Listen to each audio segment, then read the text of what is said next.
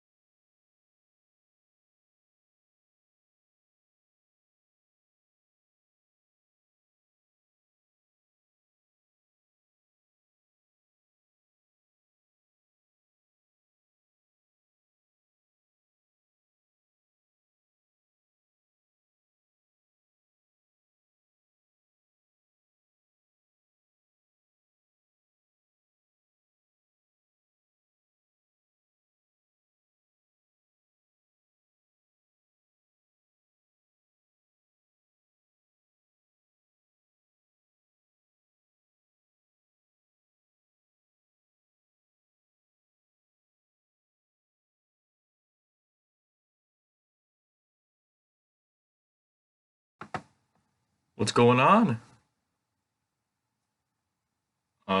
Yeah, no, I'm here.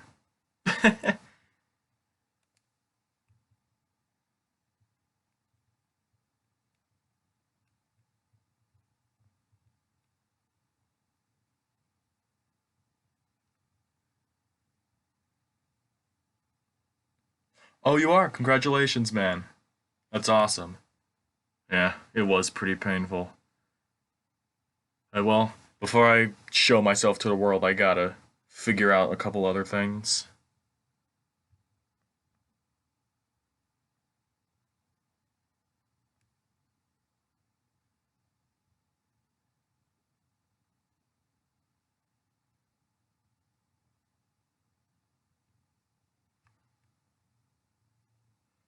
Okay.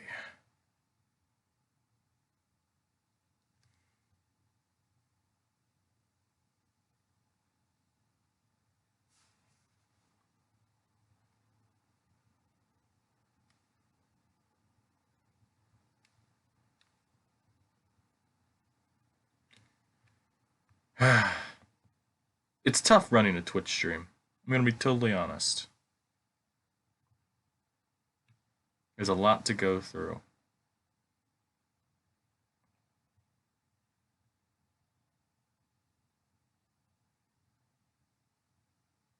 Man, I'm really dried of content at the moment.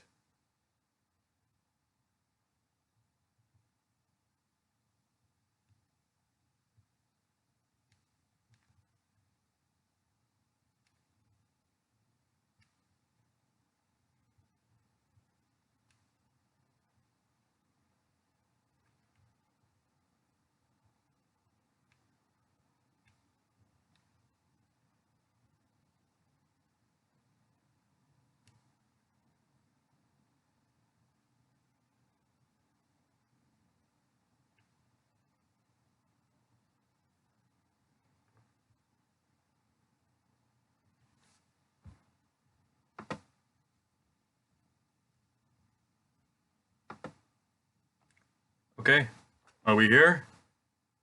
Am I in?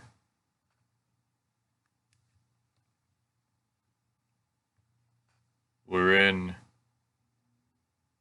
Hey, what's going on?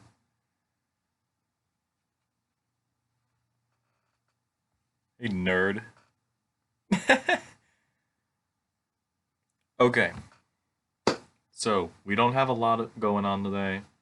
I'm gonna be on here for a couple of hours. I got some topics I want to discuss, so we are gonna get into that. But first, I gotta figure out how to get Google. Thank you for the follow, Skylar. Amazing. We love to see it. Okay. So, I am going to have some fun. You're going to watch me try to figure out how to get Google Chrome on here because this is a good part of my stream plans today. Name it, click add source, and now what we're looking at. First things first, you want to go ahead and create your scene. Once you're so the only place I can really see my chat is on my phone right now. So this feels weird. So we're gonna add this. Hi, smile. Oh.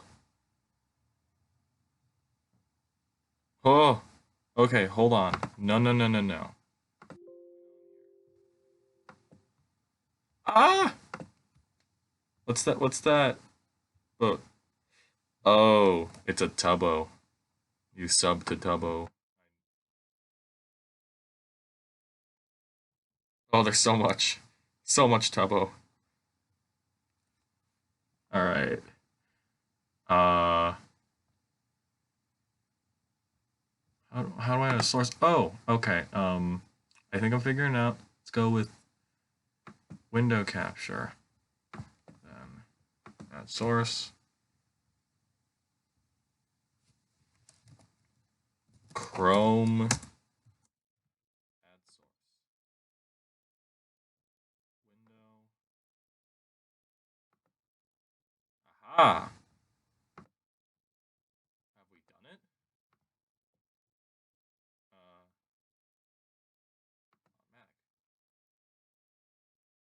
Alright. Whoa, this is gonna be trippy. Yeah, no. It took me half an hour to do this last time. So, you guys are getting a lot more content faster by this. Whoa. Okay. Come on, dude.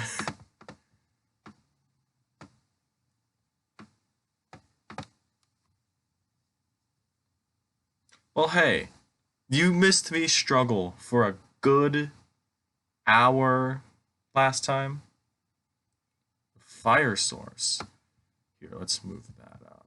Here.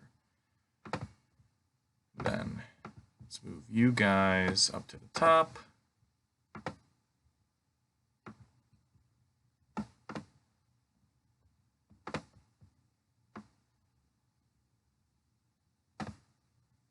Alright. Can you guys see that well? How's this looking?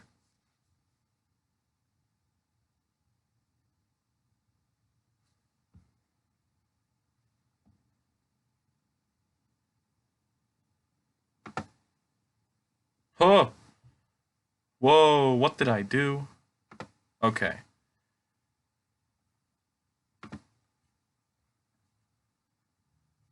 Okay.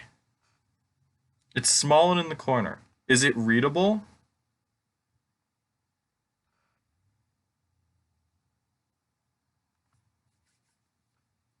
Pull up the stream on your phone so you can...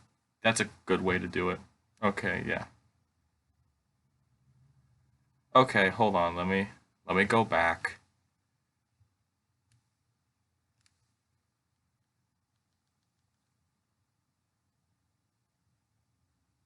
Ooh, I cannot do that right now. All right, we're going to twitch.tv, boys. Okay, yeah. Okay, hold on. Oh, that's tiny. Ew. The PS5 really fast.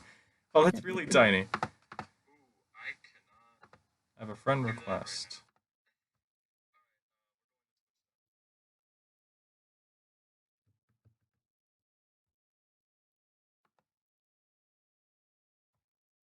Ooh, I do not see the chat right now.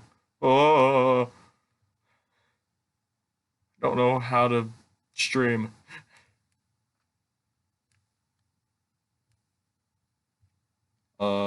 Stream manager. Okay. Um.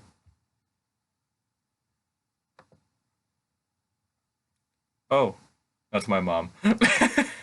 My mom made a Twitch account, so that she could be fun. Oh yeah, no, I went with Streamlabs on this one because I tried out both and I just thought I figured I understood this better. So hold on, I'm gonna try out things a little more. I'm gonna make myself, oh my lord. I'm gonna make myself a little smaller.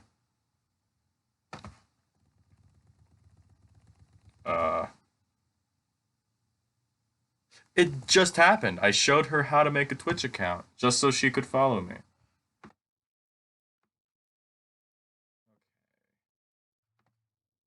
How's that looking?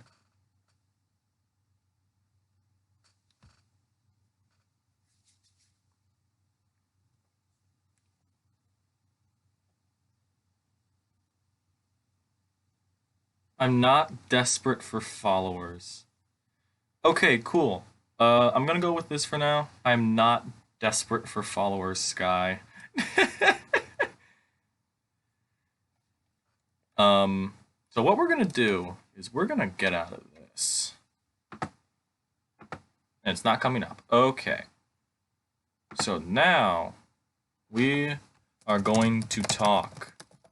We're gonna talk about the Game Awards. My original plan was... Shut up. No, it's not true. So, yes, we're gonna talk. We're gonna talk. So, the Game Awards.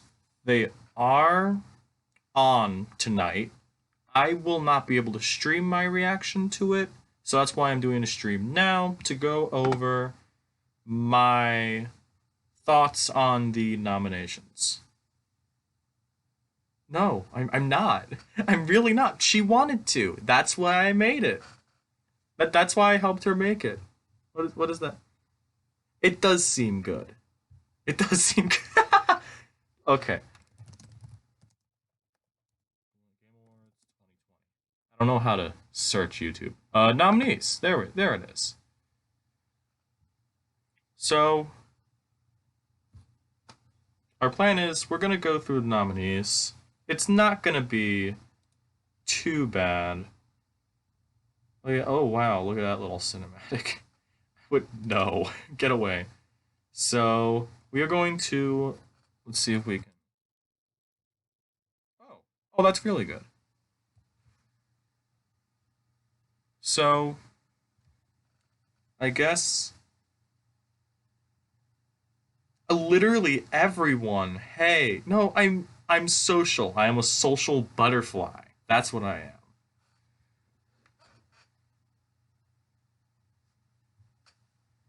So today, I've said this so many times. We're gonna look at the Game Awards. We are looking at the Game Awards. So these are the cult. I mean, I guess if there's a cult, sure, why not? Um, yes. Well, okay. Let me get into this.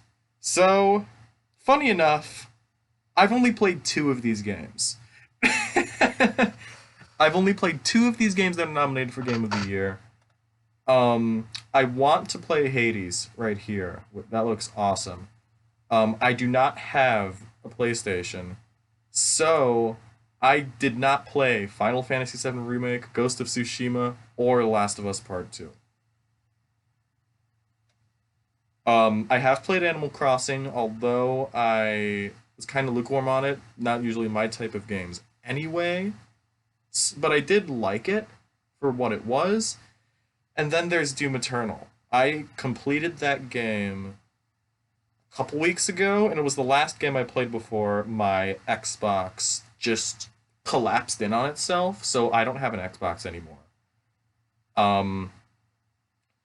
For each of these, out of all the nominees, I would just have to say to Doom Eternal, I guess. I don't think it's gonna win.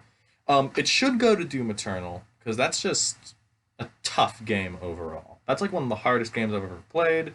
I screamed when I finished the game, and the funny part is I beat it on easy mode. It's one of the hardest games of my life, and it was on easy mode. That should be saying something. Yeah, you should get it. And plus, if you have the Xbox Game Pass, it's free already. So, I just say give it a shot.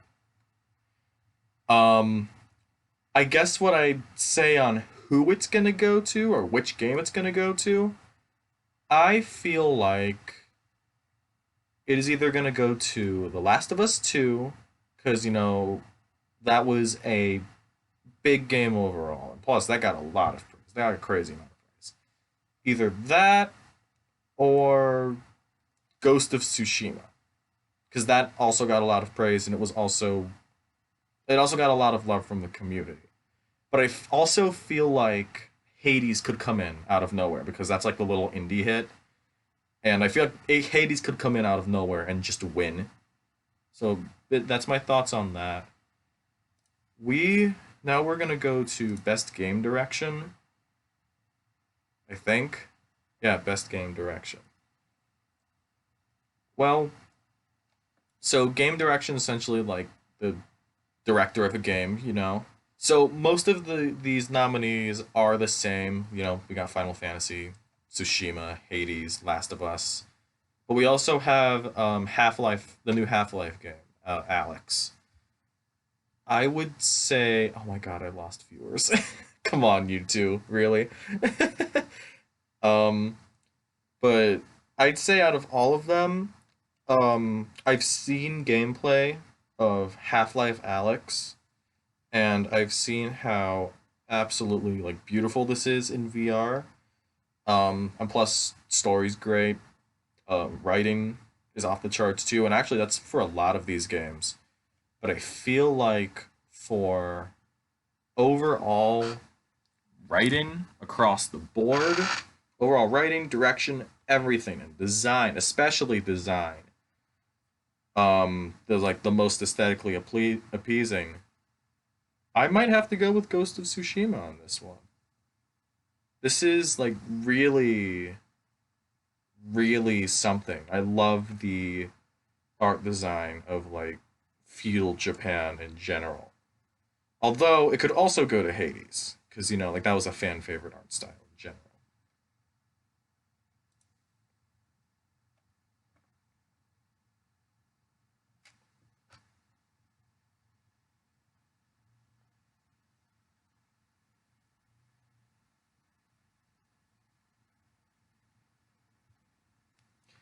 Okay, so now the nominees. Best Narrative. So essentially it's pretty much what it is. It has to do with the storytelling of a game, the story itself. So we have 13 Sentinels, Aegis Rim, Final Fantasy VII Remake, Ghost of Tsushima, Hades, and The Last of Us Part 2.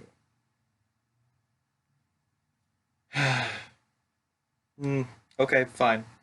So, Best Narrative. There were a lot of good stories.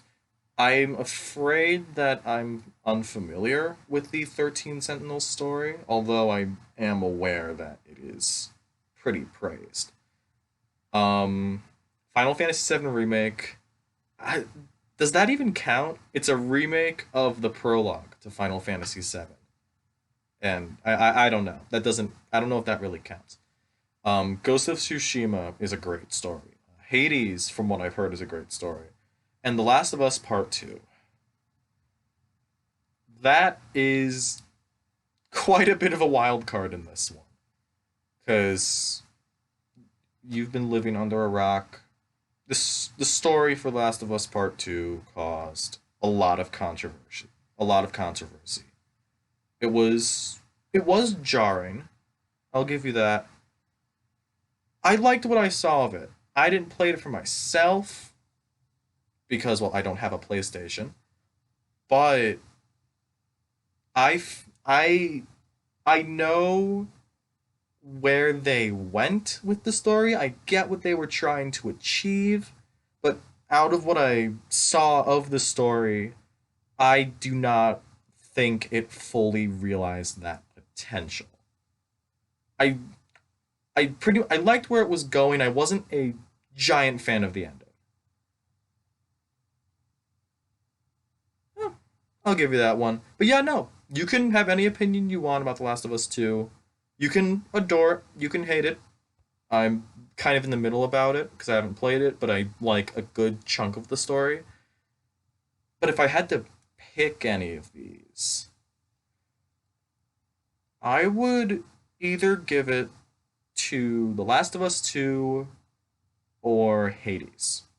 Those are my choices. And maybe Ghost of Tsushima is a wild card. But I feel like this award show in general is going to lead towards The Last of Us 2 because that was the big critical darling of the video game season. So, there's that. That's best narrative.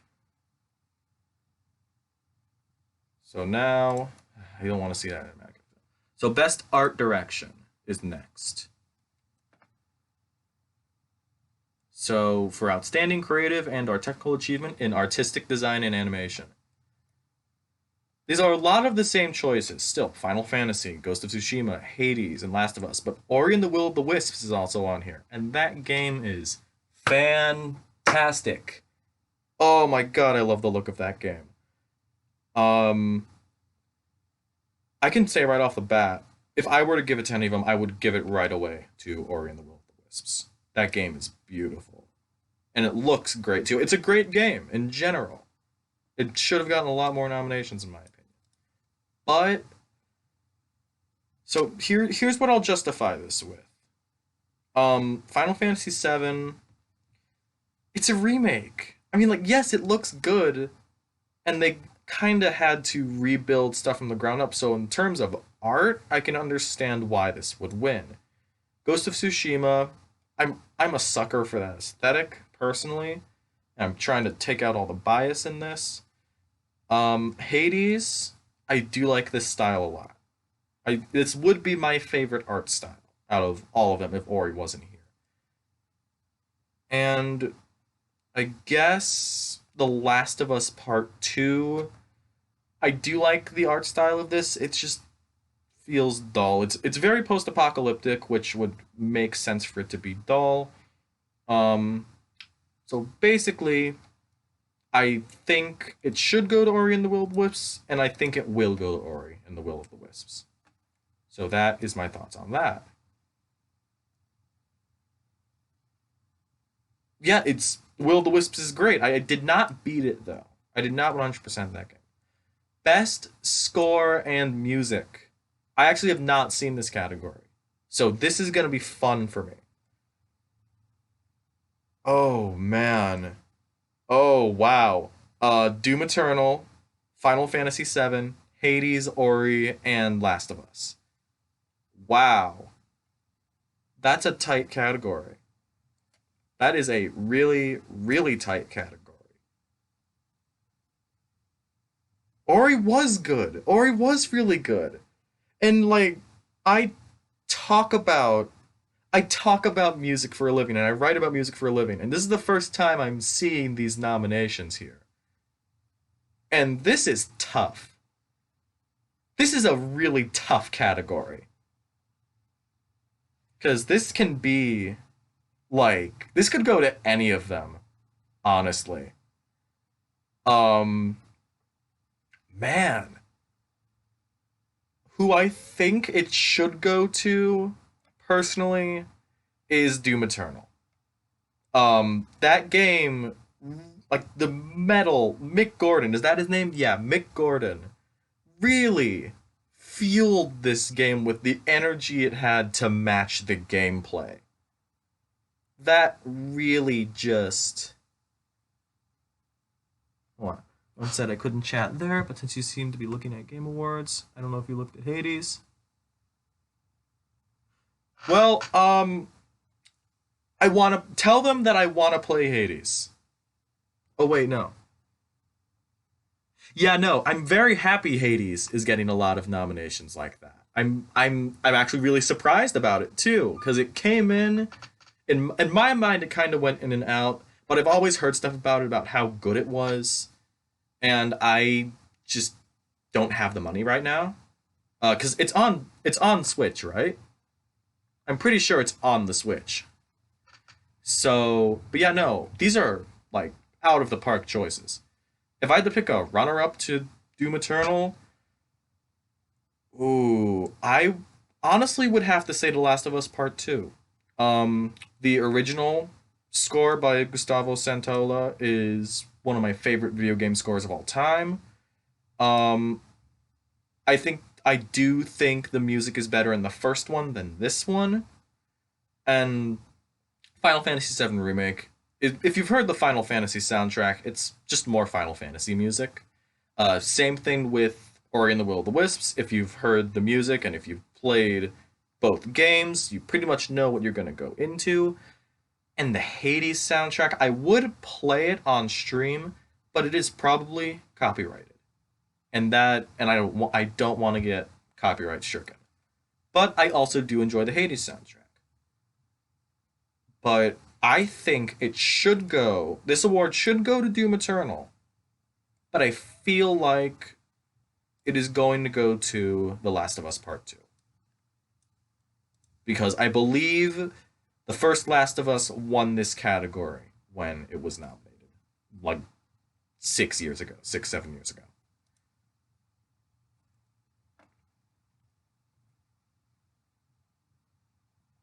Alright. Next we have Best Audio Design.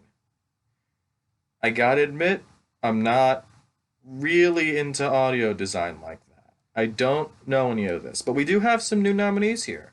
Well, some. So we have Doom Eternal, Half-Life Alyx, Ghost of Tsushima, Resident Evil 3, and The Last of Us Part 2. Yeah, The Last of Us Part 2 got so much, man. In terms of sound design, I've seen gameplay for all of these, mind you. I like to keep up on this stuff, because I planned on talking about this. Out of all of these, I would have to say Ghost of Tsushima. Like, every little detail that they have in that game. Hello, Marcos. Glad you're here. So, in Ghost of Tsushima, you can hear every little crackle and little blade whistle, and I think that's and again, I'm a sucker for that aesthetic. I think that's gonna be great. I don't really know anything else about sound design, so I guess I'll say, I think this Best Audio Design should go to Ghost of Tsushima, and I think it will go to Ghost of Tsushima. Oh, she's here. She's here. Hello.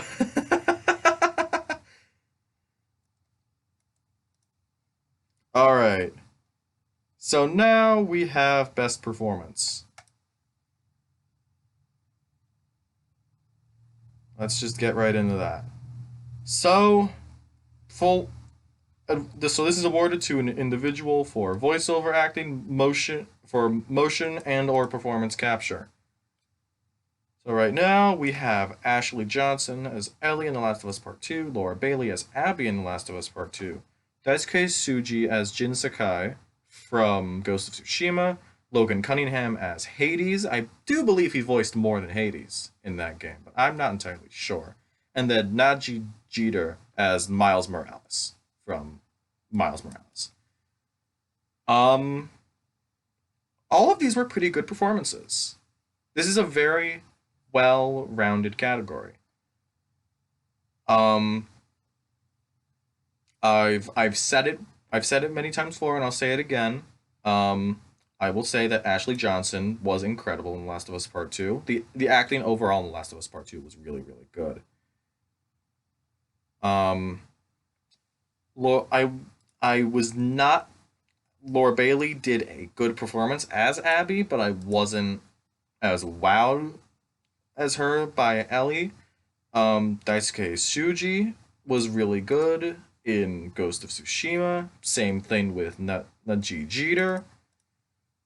But along with that, I feel like Logan Cunningham did a much better job. Mr. Tag, it's good to see you. So, I feel like Logan Cunningham deserves more credit because I know he voiced more than Hades. He had more roles than Hades in this in the game, but I believe this is just for Hades. I would say it should go to Logan Cunningham because he did a lot for Hades. But I think it will go to Ashley Johnson. That's who I think it's going to go to. So now we are going to go back.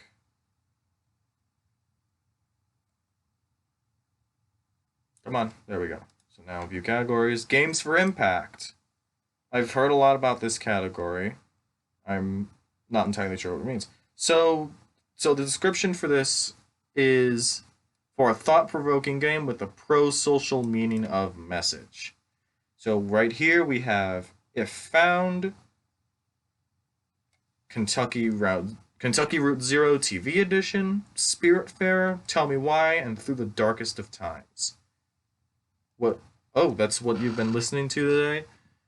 Okay, let's see. Let's see what comes up.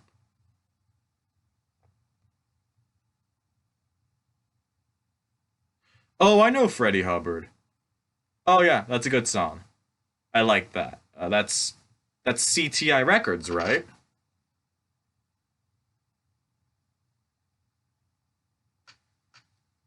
All right. Yeah, no. I'll have to listen to that again.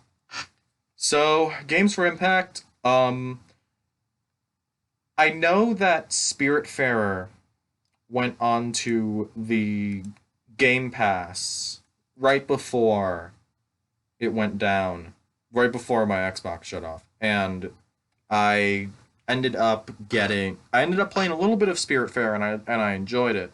I had Tell Me Why installed. Same thing with Kentucky Route Zero. But other than that, I haven't really played any of these. So I guess based on what I've done, I would give it the Spiritfarer. I enjoy the message of that story. It's a very nice and relaxing game. So yeah, I guess Spiritfarer is my choice.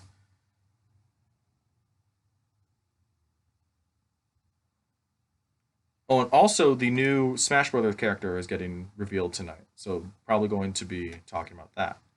So, next, we have Best Ongoing, which I think is a game that's always being constantly updated. Yeah, okay. So, Best Ongoing Game is awarded to a game for outstanding development of ongoing content that evolves the player experience over time. Yeah, it's happening during the Game Awards tonight. So for these characters we have, not for these characters, but for these games we have Apex Legends, Destiny 2, Call of Duty Warzone, Fortnite, and No Man's Sky. The only game in this bunch that I have not played is No Man's Sky. Phoenix Wright. That would certainly be an interesting addition after all of the lawsuits that Nintendo of Japan is going through. So that'll be pretty ironic. But yeah, no. But outside of that, I think Phoenix will be a fun character. outside of this, I feel like I have not played Apex Legends that much. Destiny 2, they have good content. They have really, I think they have fun content. I've been playing Warzone that much. Fortnite, say what you want about Fortnite. But the way they keep adding their content and keeping it interesting to come back to is on a whole nother level. And I will forever respect Epic Games for that. And I haven't played No Man's Sky. So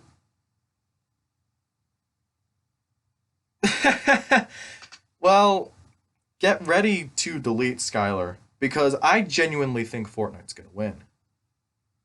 Oh yeah, Minecraft. Oh, that's right. Minecraft isn't nominated. I would say Minecraft. But I would say it should go to No Man's Sky. Because they have really what's his name? Sean Murphy is his name, who runs Hello Games. He really built up that game after such a massive disappointment it started off as. And that's really, really impressive to me personally. It should go to No Man's Sky, but I think it will go to Fortnite. And I will not be mad if Fortnite wins. At all, actually. So now we have Best Indie Game. This is going to be a fun category, as I've heard. Alright, so we have... Oh, Carrion. Oh, that was a fun game. Carrion, Fall Guys, Hades, Spelunky 2, and Spiritfarer.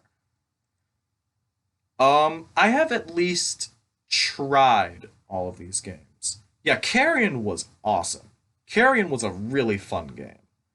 Fall Guys, obviously, that was a massive hit for like a month.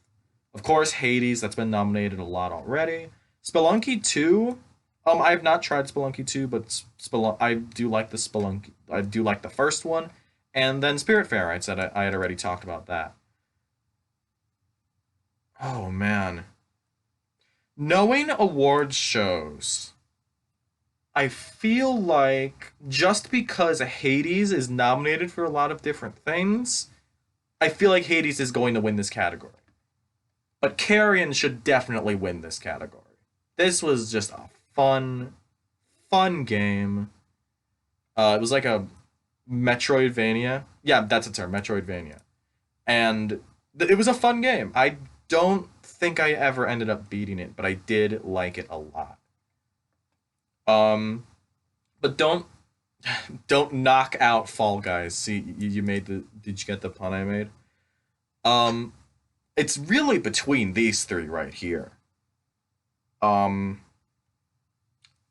So what should win? I think Carrion should win, but I feel like it's ultimately gonna go to Hades because that is nominated for Game of the Year, and that's getting so many other nominations. So Carrion should win. Hades, I think, will win. What'd you call me a nerd for? Why are you calling me a nerd?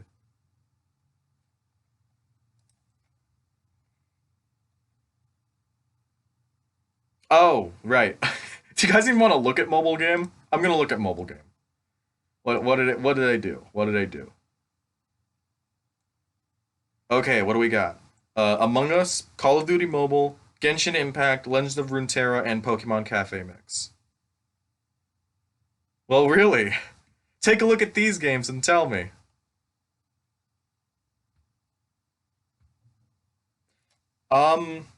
I did not get Call of Duty Mobile. I should. I don't know. I have a piece of shit computer, so I don't know how much I can handle. I think once I get a better computer, that's when I'll be able to run games better. So I think without any competition, it's Among Us. That was all over the place. I love that game to death. I feel like if anything's gonna give Among Us a run for its money, yes, we should, Sky. We really should. I feel like it's gonna come down to either Among Us or Genshin Impact. That's been growing in popularity, and I've heard good things about Genshin Impact. I have not played it. I might get it, but Among Us has really took the world by storm, honestly. So I feel like it should go to Among Us, and it will go to Among Us. Oh, you played it on the computer. Oh, good for you. Look at you being all fancy.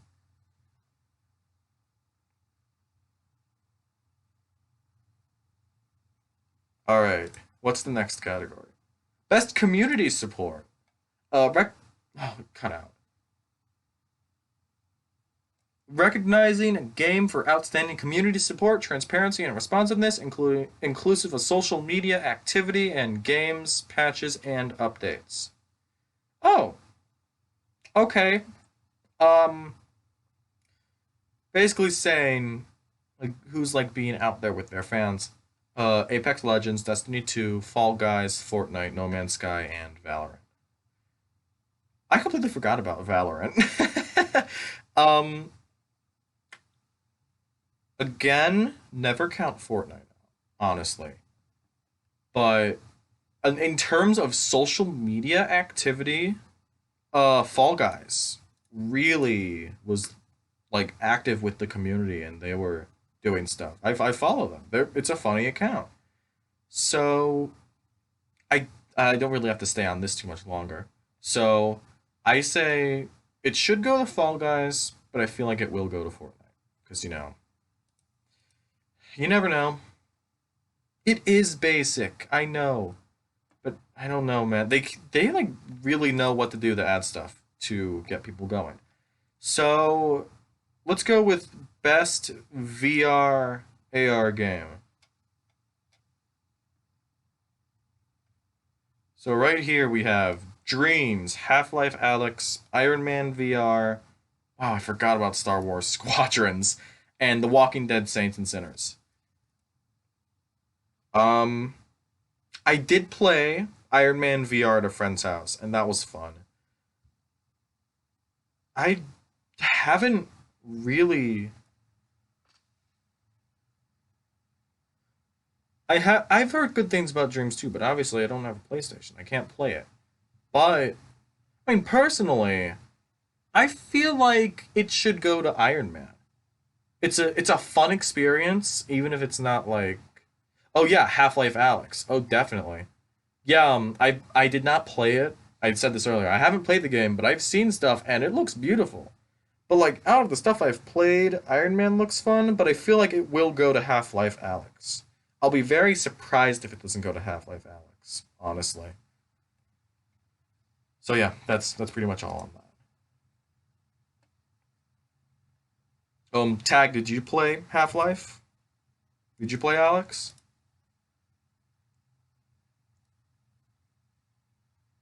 All right. Innovation and accessibility. All right, we like it. So now innovation and accessibility. Recognizing software and or hardware that is pushing the medium forward by adding features, technology, and content to help games be played and enjoyed by an even wider audience. Okay. I don't have the means either, but I would really love to play Alex. So we didn't Assassin's Creed Valhalla just come out? So we have Valhalla, Grounded, Hyperdot, Last of Us 2, and Watch Dogs Legion. Um, I would just have to say, the only thing that I saw headlines about with accessibility is Grounded. I When it came to accessibility and how much they're being praised for it, I only really saw it for Grounded. I bet all the other games are really good with what they did, but but I only saw Grounded for the one that was making headlines. So I guess my choice would be Grounded for that category. Oh, that's awesome, man. Was it like immersive and all that? Like how did it look in the set? Oh, Oculus. Oh, that's the Facebook one, right? All right. So now we are getting into best action game now. This is like some of the meaty parts for the lesser games. All right. Well, I'm hoping to play it at some point. I'm really excited about it. All right.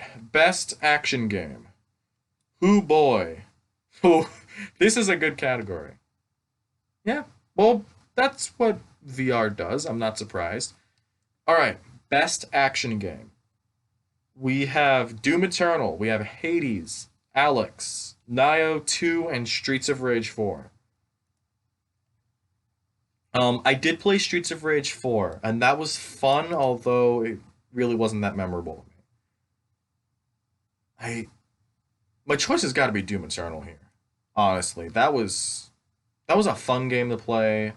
I really enjoyed playing it and going through the story, even if it was on easy difficulty, which wasn't easy by any means, because I'm bad at shooters. But if, because like it is, I think it's pretty much going to come down to these first three ones here, because Doom Eternal and Hades are nominated for Game of the Year. They are vying for the highest honor.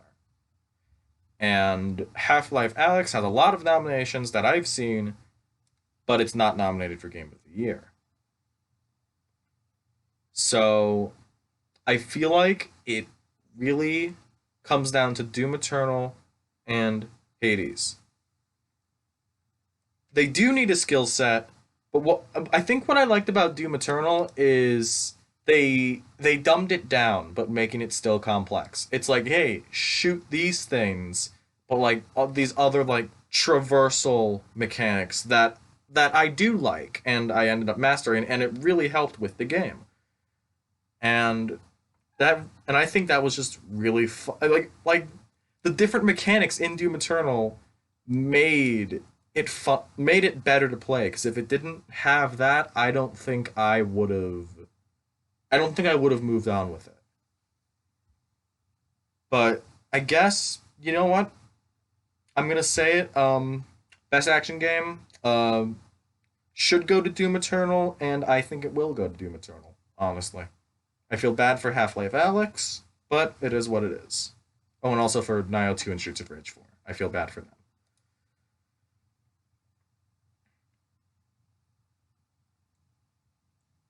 Alright, come on. There we go.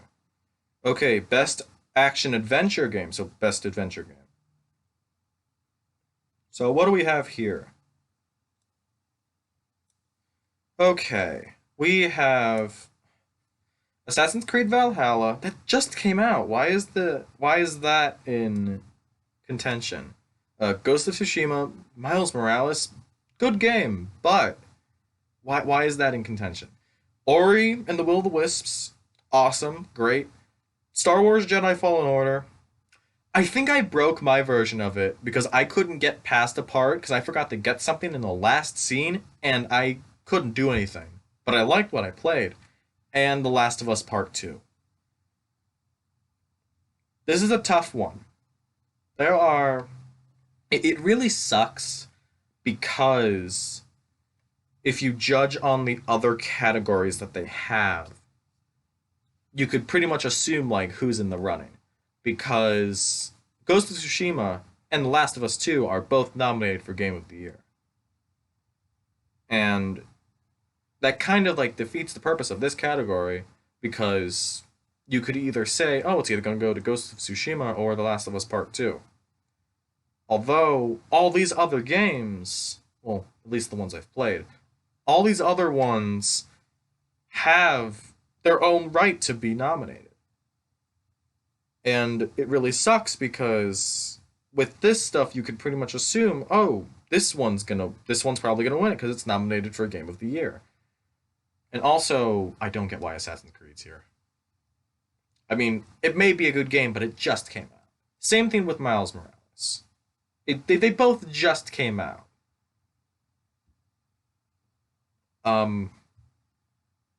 Outside of that, I feel like it should go to Ori and the Will of the Wisps because that's my favorite game here out of all of them. But I feel like it's going to go to The Last of Us 2. I don't know. It may not be my favorite game out of this bunch, but the praise that thing got was absolutely insane. like not even bringing like political beliefs into it, because I know that definitely, I think that had to do with it, but not even bringing that part of it in, it was still like really highly praised. So I would like to see it go to Ori or Ghost of Tsushima, but it is going to go to The Last of Us 2, I believe.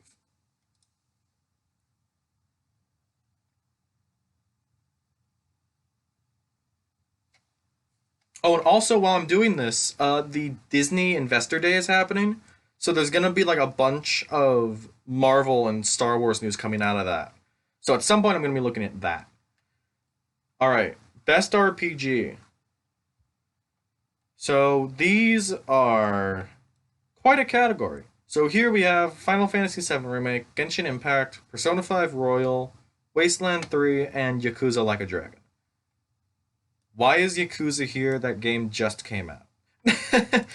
I don't know if I don't even remember Wasteland 3 being out. Hold on. Wasteland 3. When did that even come out?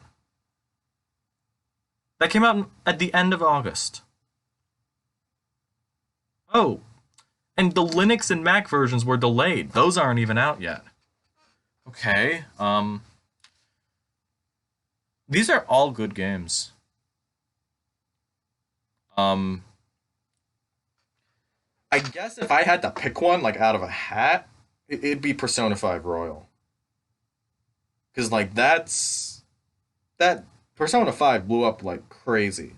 That was, like, a crazy game to, like, be brought to, like, to get famous over in the, like, because Persona 5 brought the popularity of the series to the mainstream here, and then with the addition of Joker and Smash, that really brought it up to another level.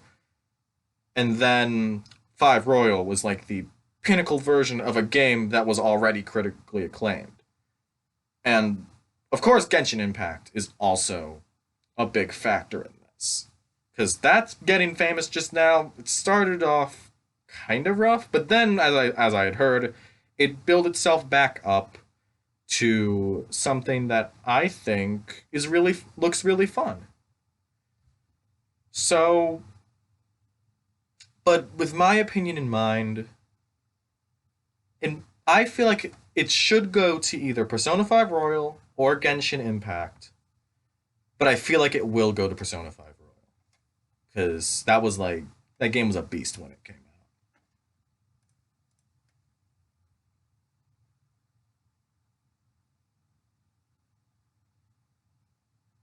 Oh, by the way, is it Gen with a said it with a G, or Genshin, like, like Jennifer, how you'd say Jennifer? Right. All right. Best fighting game. I always like looking at this category. This could be fun. Okay. What do we have? We have Grand Blue Fantasy versus Gen. Okay, I always thought it was Gen, so that's good. So, Grand Blue Fantasy versus Mortal Kombat 11 Ultimate Street Fighter 5 Champion Edition.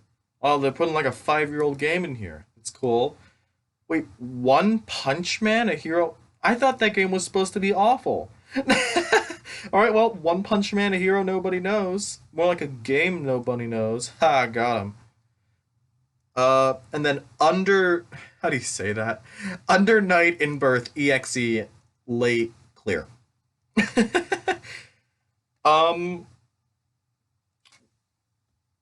What's that game called? Where's the My Hero Academia game? That game was fun. Where's that? I'm actually kind of surprised about that. Um, I guess out of these choices, I don't know, Mortal Kombat 11? I don't know, because I know people like Grand Blue Fantasy, and I know people like Under Night. You should. You should. I'm all caught up on it. You should. I need a person to talk to about it. So maybe we can watch it together, or like we can talk about it together. Yeah, but I guess Mortal Kombat. It's uh I don't know if you watch them subbed or dubbed, but the entire anime is on Hulu right now, and it's all 3 seasons are dubbed, and the 4th season is sub. But I think they're eventually going to go to Funimation, because uh, they're merging Funimation and Crunchyroll.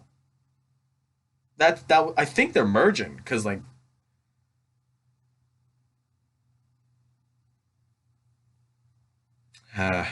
those dream SMPers, you know. All right, what's next? Best family game. Oh man, fun for the whole family. Let's see what they got.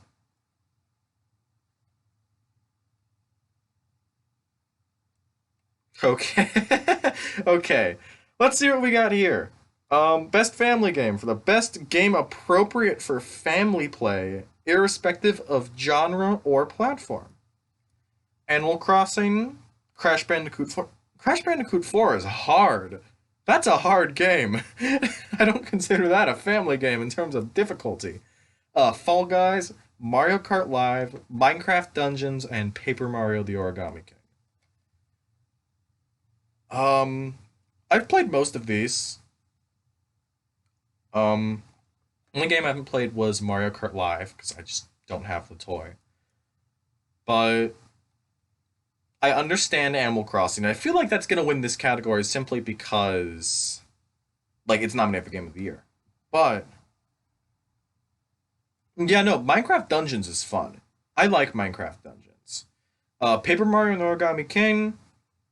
I never finished it because I was game sharing on the Switch with someone and then they turned it off, so I never got to finish it. Yeah, no, I definitely the success of Animal Crossing has to do with the pandemic. Also, same thing with Doom Eternal, because their sales projections tripled when the pandemic happened. Because that happened because the same day Animal Crossing got released, that was like just around the time when everything shut down. So like everything tripled. Well, everything got boosted in sales. Animal Crossing New Horizons. Doom Eternal also sold a lot more than they thought. The Weeknd's latest album came out on the pandemic, and it was a lot bigger hit than I thought it was gonna be. Although that's a great album. Yeah, no, I, as much as I enjoy some of the other games more, I feel like Animal Crossing is a clear winner here. Yeah, Animal Crossing should win, and it will win. Oh yeah, Minecraft definitely did too. I just and while I like Minecraft Dungeons, I don't think it met the same success because it happened in the middle of the pandemic, right? Like June or July or something. So I if it came out in March, like mid to end of March, it would have had a lot more success. So now what's next? Best simulation strategy game. Oh man. I'm not good at these type of games, by the way. Yeah, Minecraft proper definitely got a lot more popular because of the pandemic. Okay. Um we have a lot of threequels. There are two threequels. Yeah, no, Dungeons is new. So we have Crusader Kings 3, Desperados 3, Gears Tactics, Microsoft Flight Simulator, and XCOM Chimera Squad. I've not played a single one of these games. I've seen gameplay for Flight Simulator and Gears Tactics. Um, on terms of visuals and stunning, Microsoft Flight Simulator. Holy shit, that game looks beautiful. And plus, like, there's so much detail put in that. Like I can fly to my house. I can fly to my house and it'll look like my house. That's crazy. It's nuts. So, but like the gameplay is also like really spot on. So yeah, Flight Simulator. Yeah, Microsoft Flight Simulator for the win. Hell yeah.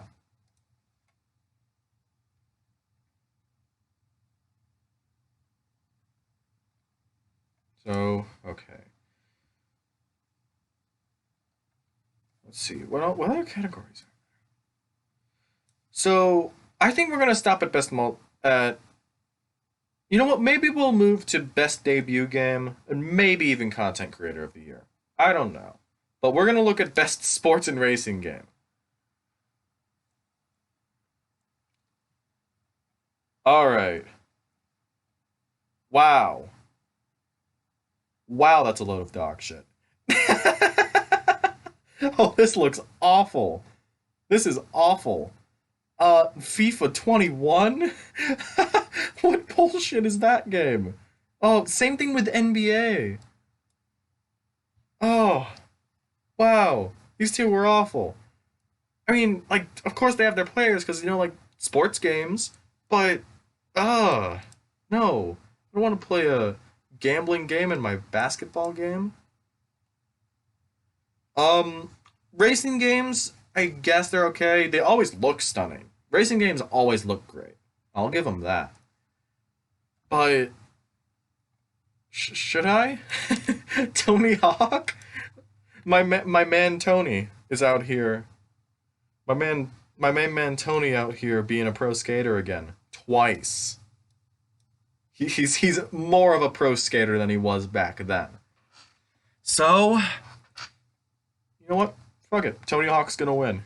They're gonna give another video game award to Tony Hawk. Game award winner Tony Hawk, everybody. Alright. What else is next? What's the next one? Why did it go to that? I didn't click on that one. Well, that was content creator. I didn't really recognize any of them. But we're gonna go to best multiplayer. We're gonna go to best multiplayer first, and then we're gonna go back to content creator. Best multiplayer game. So we have Animal Crossing, Among Us, Warzone, Fall Guys, and Valorant. Valorant was like around for a hot minute and then they dipped. I don't know what happened to that. That had a lot of potential. Fall Guys was fun, but like again, that kind of dipped off, but it's still a little relevant. Call of Duty's Call of Duty. We don't need to talk about that. Among Us. Oh man. It's like Among Us and Animal Crossing are the two clear frontrunners for this category, and it's not really close. But like these both Animal Crossing and Among Us both appealed to a casual audience. They're both massive hits. But it in my mind it should go to Among Us cuz I played that more. I enjoyed a lot more. But Animal Crossing was insane. Like the amount of number it's like in the top 3 of the highest selling Switch games ever, and it's been out for a little under 9 months. That's insane. Although I would say that Among Us has stayed more relevant, but the way that Animal Crossing has been supported by the community and the consumers have been crazy. So this award should go to Among Us. But I feel like it is going to go to Animal Crossing simply because of that giant pandemic boom that game had. And I swear I'm not biased to anything. This is just what I think. Alright. I think our last category. Wait, no, not our last category. We're going to go to content creator now. I don't really know what to expect from this one. So we have Alana Pierce, JN Lopez, Nick Merckx, Tim the Tatman, and Valkyrie. I don't really have a preference on this.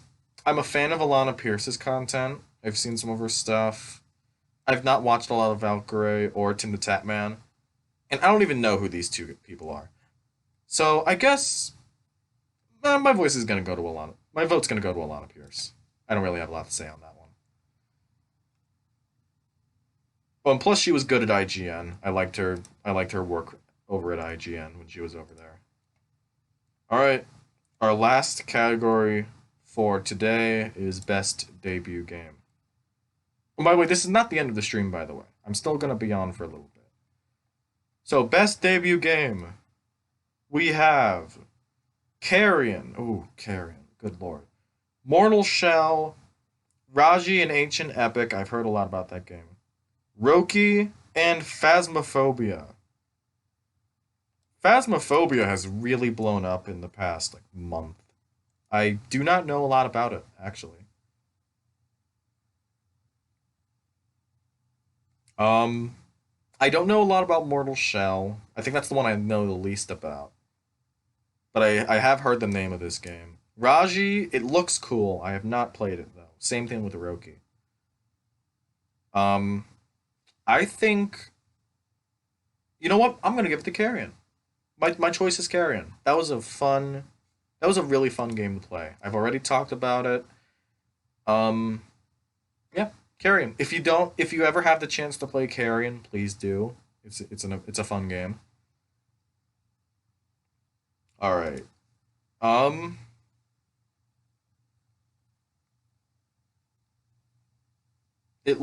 So that's it for categories.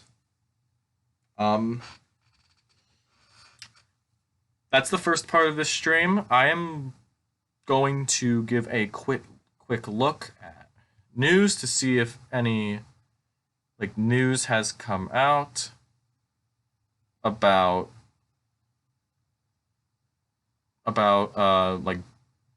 Disney, about the Disney Plus event.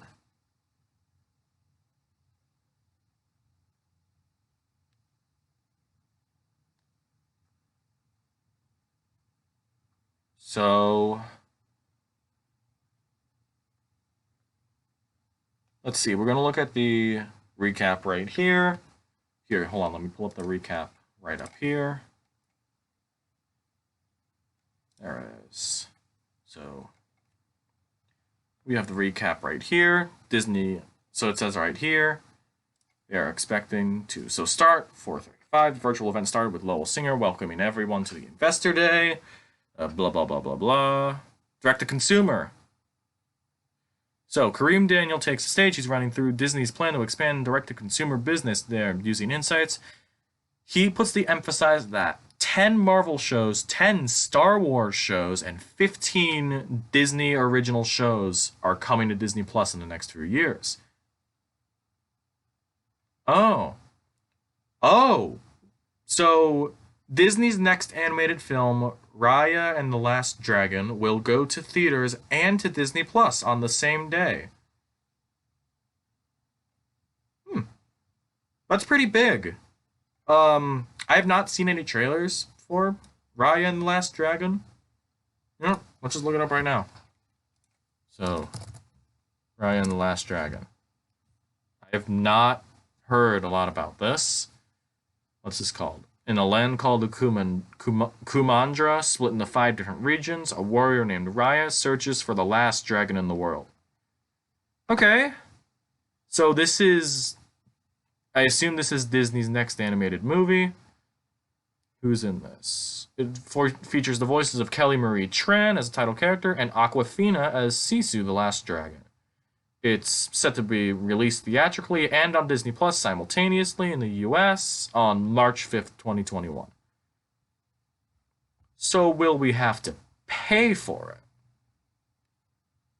That's my question. Let's see. Brandon Davis. Let's see what you got. Let's see. Oh, wait. Oh, you guys are going to see my Twitter. In theaters, March 2021. Premiere access. Okay. So that means we do have to pay for it on Disney Plus. Really? Okay, I guess. I don't think I'm going to watch it then. Warner Brothers is releasing every single one of its 2021 movies on HBO. Hello, Timothy.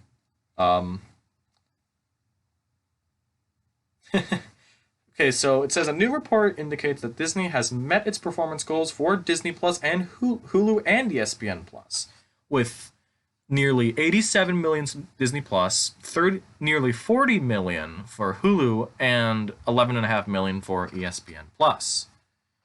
These results have bolstered the aspirations for those programming through the streaming service. Disney Plus is soon going to launch across Eastern Europe, South Korea, and Hong Kong. Okay? So now it says, they announced that Disney Plus and the ESPN Plus will be available on Xfinity X1. Okay, so just putting it on another app. All right. He also highlights Fortnite teaming up with Disney Plus to reach Fortnite. What does that mean? What does that mean? I have no clue on what that means. Oh yeah, also My Hero. Oh, Snowpiercer. Oh, if you do not know, this man right here, Daveed Diggs, beautiful, beautiful man.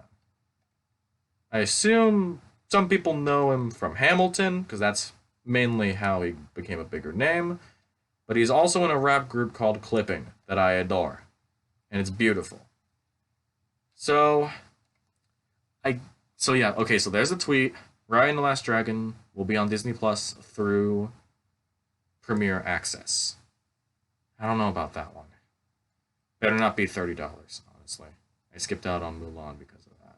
And plus, then again, Mulan wasn't supposed to be that good. So, you never know.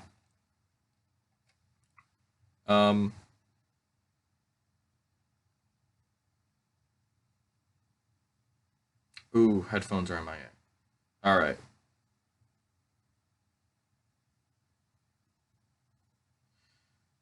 Okay. So what I'm going to do, I don't want to leak my Twitter or anything. Because, there are times where my Twitter timeline just decides, hey, let's post porn as a joke. So, I'm not going to do that. So I'm going to look through and see what has come out. So while I do that... Okay, so it said... Okay. Yeah, March 5th. Oh, a new poster also came out for Raya and the Last Dragon. Oh, there was actually specification about this. Over the next few years, Disney Plus will debut the 10 Marvel shows, 10 Star Wars shows, 15 Disney animation and Pixar series, as well as Disney animation and Pixar features. Oh, along with this, Disney Plus expansion confirmed to include mature content in international markets. So, what does that mean? What exactly does that mean? I'm going to tell you. So,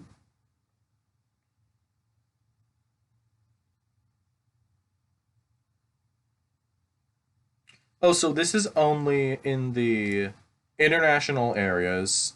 They'll be putting R-rated content on the international Disney Plus affiliate called Star.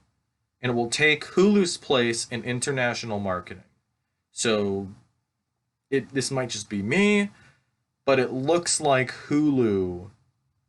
It looks like the Star service is taking the place of Hulu in international waters. So that does not affect us.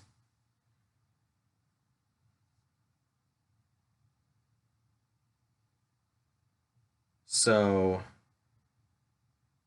I don't know what they're going to do for Star Wars shows.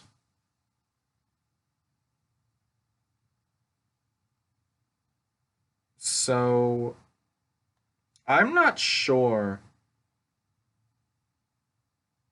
Yeah, no. 10 Star Wars. Well, I get Marvel. I kind of get Marvel. But 10 Star Wars shows? I feel like that is going to run out quick. That's a lot of Star Wars. Let's see if there's anything else. Oh yeah, Doctor Strange 2 is bringing back Rachel McAdams' character.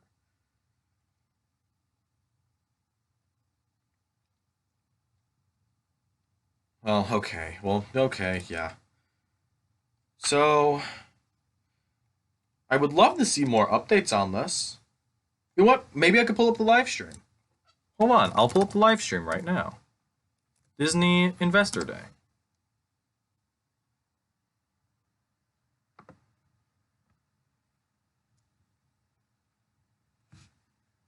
Come on. There we go.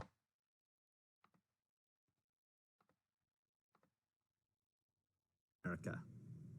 The first thing you'll notice is a more interactive home screen, where we're showcasing some of the most exciting new content. Really blurry, but can you see that? We've made it easy to find what you love with an updated approach to continue watching.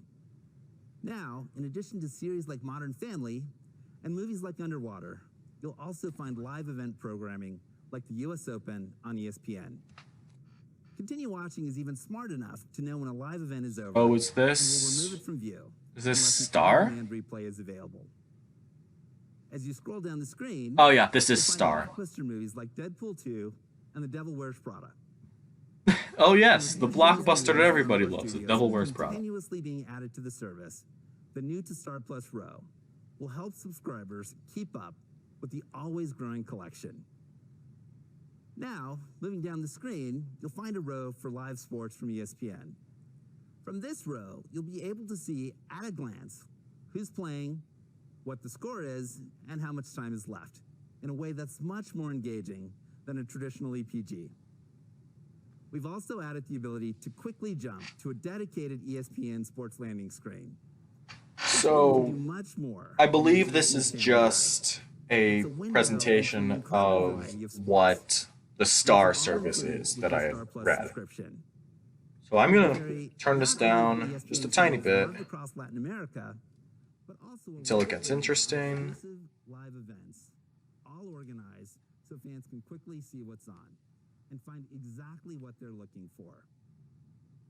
Helpful features like Live Now, Upcoming, and smart content filters make it easy to I'm gonna try and talk to you. specific sports and leagues from ESPN.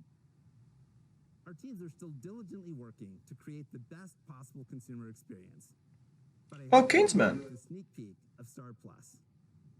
We're confident Star Plus and Star will become household. Oh, Star names Plus. in That's what it general is. Entertainment content outside of the U.S.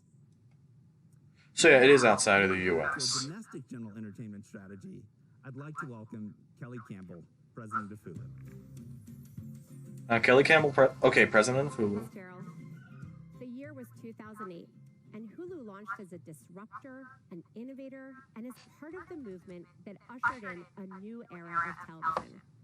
Fast forward to today, and Hulu has helped make streaming TV a centerpiece of entertainment for consumers, and paved the way for So they're doing a little bit of a throwback on Hulu. Hulu is in its strongest position ever, with a rare combination of continued Hulu has a lot of good shows. and I like their clear content. toward profitability. In just 3 years, Hulu has more than doubled its number of paying subscribers and become the largest digital MVPD service in the U.S. Good for them. We achieved this remarkable I see that Marvel logo back there. Good lord. That's an ominous looking logo. News and sports, live or on demand, all in one cohesive experience. It's that unprecedented level of choice and flexibility that differentiates Hulu. Subscribers can choose from the ad-supported SVOD package, SVOD with no ads, or Hulu Plus Live TV, SVOD. with the option What does to that add mean? premium networks to any of these plans. And we do this in a way that uniquely allows consumers to seamlessly What does integrate SVOD with mean? products, depending on their changing habits. I do not know. One key component of that consumer experience is Hulu Plus Live TV. It combines popular live channels across sports, news, and entertainment, along with the full Hulu on-demand library Service of on more than demand? 70,000 TV episodes and films, making Hulu the most complete solution for the new generation of streamers.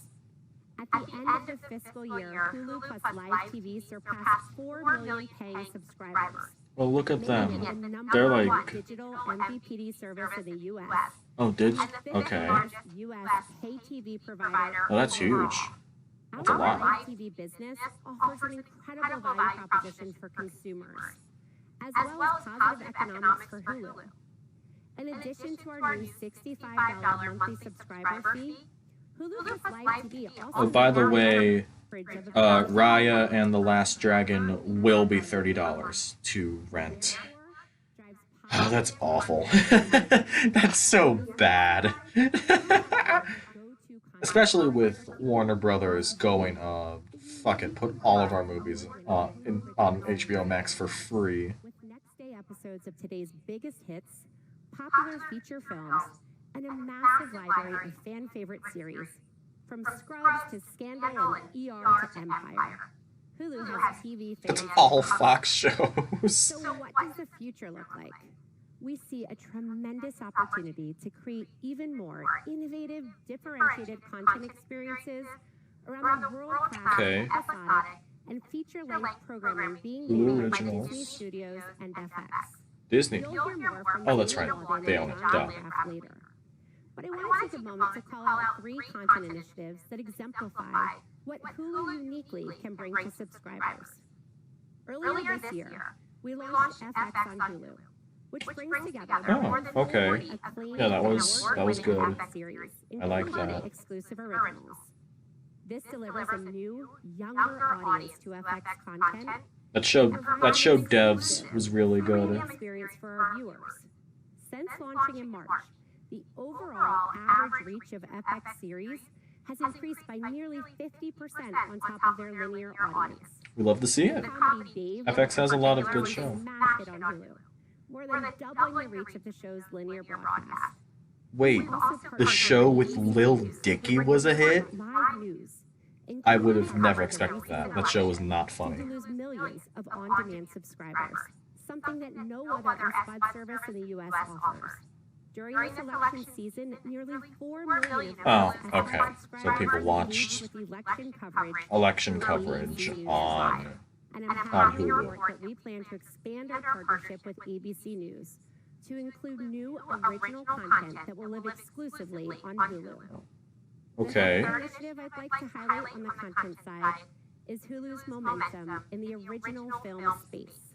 Original We've had great films? success this year with Hulu original films, including the Andy Samberg comedy Palm Springs, Heard good things about that. Bad Hair, and our recent thriller, Run, starring Emmy winner Sarah Paulson. Run was good. Going forward, I like The Run. Hulu will launch exclusive original films produced by 20th Century Studios and Searchlight. We'll have more news on this front in the coming months. Okay. Cool. Now, on the product side, I'm excited to announce that ESPN Plus and its incredible sports programming will become available for viewing directly within the Hulu interface early next year. Oh. This means that Hulu subscribers will be able to sign up for and access ESPN Plus content right in their Hulu experience without ever having to leave the Hulu app. No presentation about Hulu would be So they're not complete combining without them, they're just advertising. like, it's an For ad. years, Hulu has driven the growth of advertising and streaming TV and is now, with the power of Disney ad sales behind us, the undisputed leader in Disney ad-supported ad sales. TV. In fact, Hulu now has over 92 million. ad-supported viewers, double where we were It's a lot of just bodies. 2 years ago. Hulu's increasing scale in ad-supported video is driven by a number of key advantages.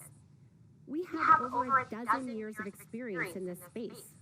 Our focus on automation tools for advertisers, both big and Oh, there's Pickle Rick. Oh, there he is. Whoa, it's him. It's him. We found him. And with our new Hulu Ad Manager platform, Disney is the first to make premium streaming TV advertising inventory directly available to the more than 28 million Premium small ads. and medium-sized businesses in the U.S. All of this, our incredible content, seamless product experience, and viewer-first advertising translates into tremendous financial upside. And thanks to the company's strength in advertising, Hello. the underlying All right. economics of Hulu's ad-supported product, even at the consumer-friendly $5.99 price point, are generally on par with that of the no-ads product. We're really proud of what we've built at Hulu, and of where Hulu is today. And with an infusion of even more content from our creative partners at Disney Television Studios, FX, ABC News, 20th Century Studios, and Searchlight.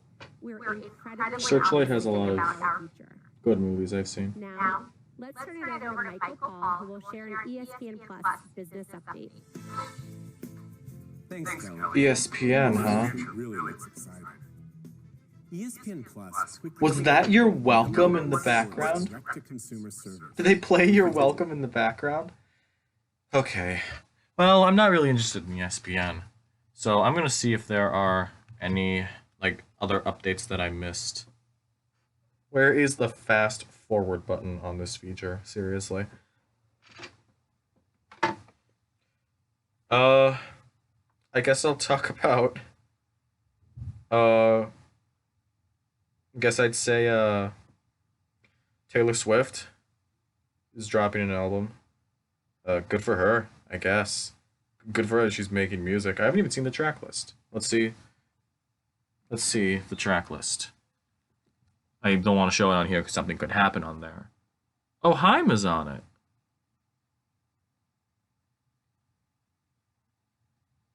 Haim, the National... Oh, Bon Iver's back. Cool.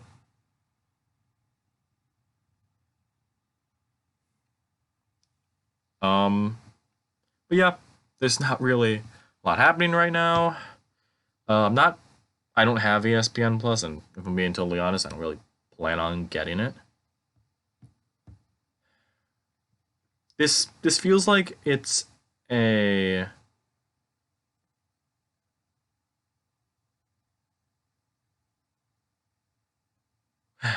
This feels like this is a training video. Oh, we got something. Oh, I think I found something. Exclusive. Marvel HQ to premiere kids-targeted Eternals animated series? Oh, so it's an Eternals animated series on Disney XD. Oh, okay. I thought they were saying they're making like a full-on Eternals show. Okay. Well, it's looking to introduce younger audiences to the cast of the Eternals. Okay, so they're trying to do what they did with the Guardians of the Galaxy for this one. You know what's playing in my head right now? That scene in the Lego movie where it's like Unikitty trying to infiltrate and they have one of the ideas, and she comes in as Bruce Wayne and goes, business, business, business, numbers, numbers, numbers, something like that. That's the only image that's playing in my head right now when I think about this. All right, let's see what this guy's saying. In digital, ESPN is the #1 sports brand, and That's the only sports brand I can think of that does this. Oh, look at you. Poker. Wait. Las Vegas debuted in August, and in September, we announced market-leading partnerships with both Caesars and DraftKings. DraftKings. It's where you draft kings. To better serve our most passionate fans and appeal to a younger audience. A younger audience to gambling. Is to make content available across all platforms. Wow. That is something else. Look at you.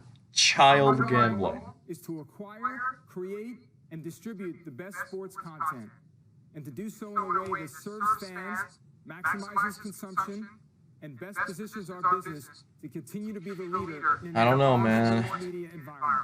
I'm getting... We continue to You're kind of slacking here. What's your name? You're slacking, Mr. ESPN Plus. Come on. Today that we've reached an agreement with the Southeastern Conference to Oh. expand our partnership and add college football's most watched TV package, beginning with the 2024 season.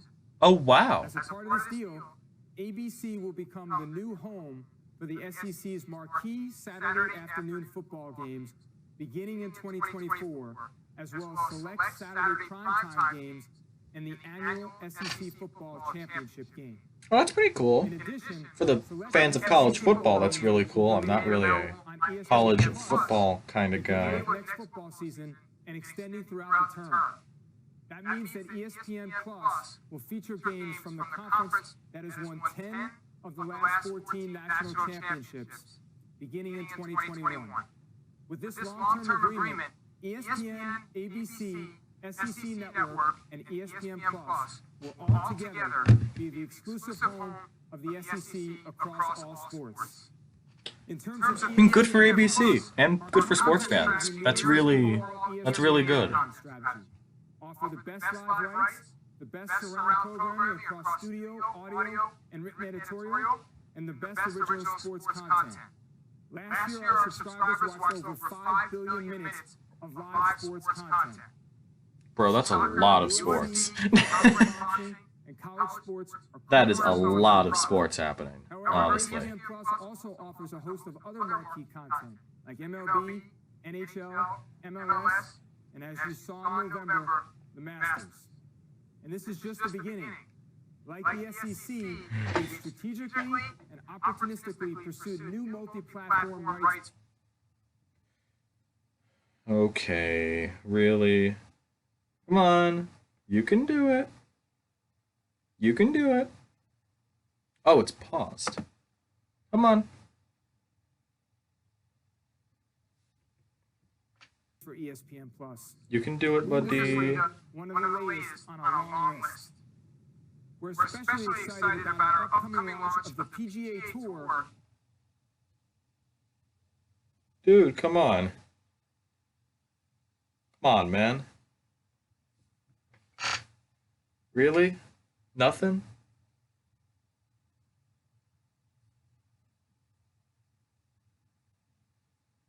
So... Oh, no. Come on. We'll be launching a new studio show that will be exclusive to ESPN Plus, hold on. featuring Stephen A. Smith. Oh, it's him. We don't care. We don't care. And look forward to All right. expanding his reach. So, I found another tweet that details the Star Plus thing. It says, adult content will only be folded into Disney Plus in Europe, Canada, Australia, and New Zealand. Latin America will have to get their own separate app, and you gotta buy the bundle here. Well, that's weird. That sucks. Oh. They will get it. Third season. Look, Peyton. Also expanding the nominated series. But enough from me. Peyton, why don't you give them a little flavor of what's to come? Hey folks, Peyton Manning here. Peyton!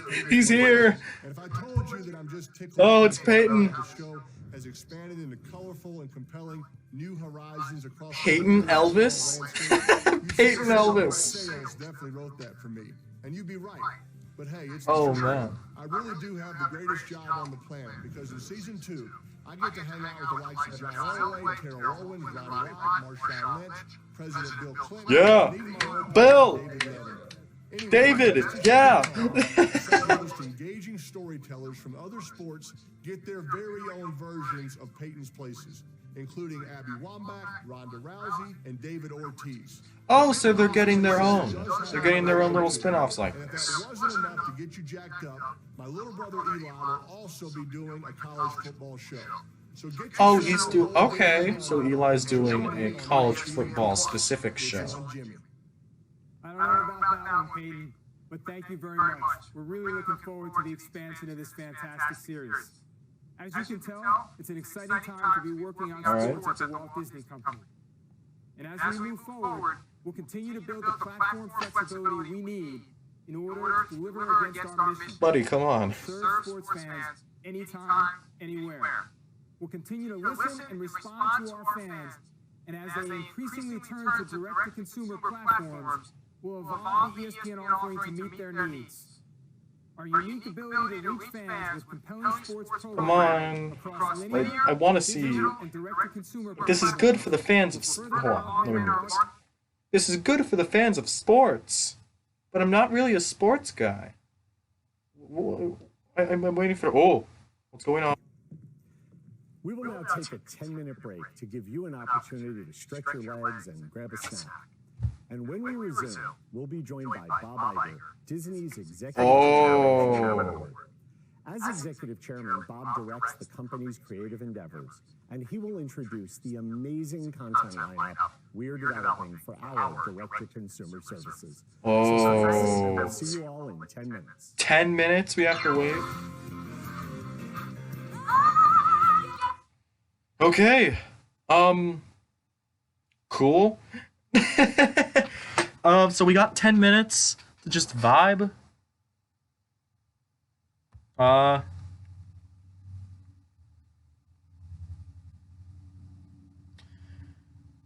So I guess I'm here to vibe now. We got 9.5 minutes to just chill. Let's see if they even updated their channel. Let's see if they updated their website. Okay, so I missed a bit of Star, so I'm going to look at that. Star will allow mature content like Atlanta, Die Hard, Aliens, and the Kingsman franchise to be accessed in international markets. Star Plus will do the same as an independent service with sports included in Latin America. Then the attention shifted to Hulu and its successes and areas of growth in Hulu original efforts. Hulu will premiere titles by 20th Century and Searchlight. Hulu will soon have an ESPN Plus accessible app through its app. And then ESPN has tripled its subscribers in a year. Okay. Yeah, I guess. Good for them. Oh, what's this? Let's see. Grammys 2021 Children's Music nominees asked to withdraw from the category, protesting the lack of diversity. Alistair Mook and friends, the Okie Dokie Brothers, and Doggone Fleas say that they cannot benefit from a process that has overlooked women, performers of color, and most especially black performers. So 3 of the 5 nominees are asking to rescind their nominations. The Children's Music says that it is not an aberration that all the 2021 nominees in this category are white and only one is female, who is Joni Leeds. The letter reads, in the past 10 years, only about 6% of nominated acts have been black, led, or co-led. Another 8% have been non-black POC-led, and around 30% have been female-led. These numbers would be disappointing in any category, but in a genre whose performers are uniquely tasked with modeling fairness, kindness, and inclusion, in a country where more than half of all children are non-white, and after a year of national reckoning around race and gender, the numbers are unacceptable. Joni Leeds and fellow nominee Justin Roberts did not sign the letter.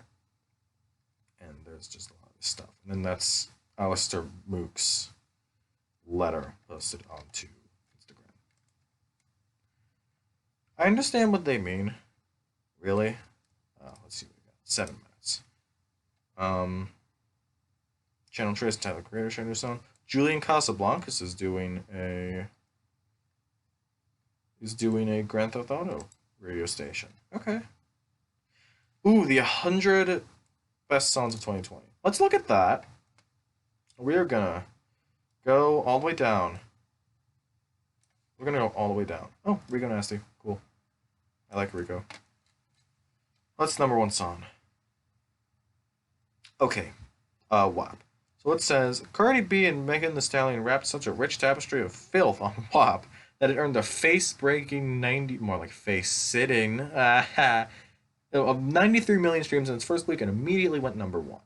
This wasn't a mere lyrical double team, but 2 women in their career prime overpowering pop with a raw anthem attuned at a very specific frequency of certain pandemic urges. Oh, we've all been there. The rare instant hit that exists as a trend in future monument. Of the many words that could describe their duet, none come anywhere close to capturing the attitude of the acronym itself. I don't think I can say any of this on Twitch. You know what?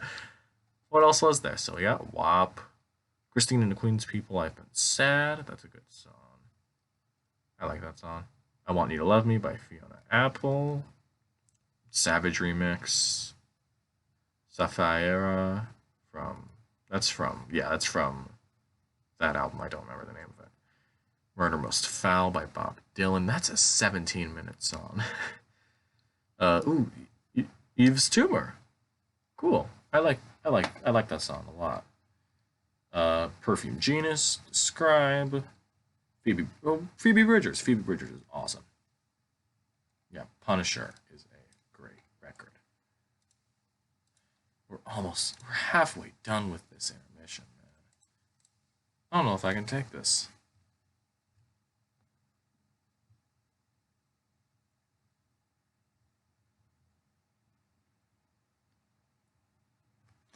As I'm on some YouTube, I can find a 5-minute video real quick. We're gonna watch some YouTube.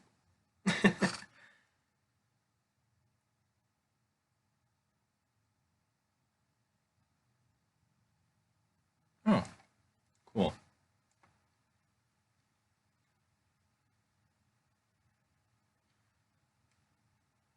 So we got some interviews. I really have to avoid some of these because you know I want to listen to my high, but I can't. So now let's look at just let's just look at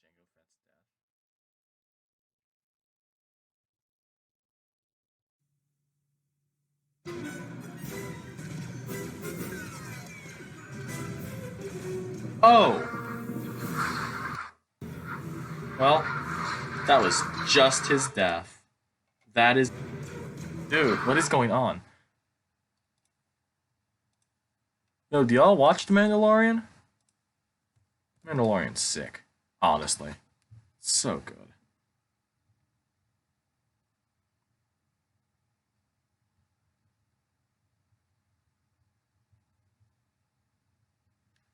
Oh, they have little trivia?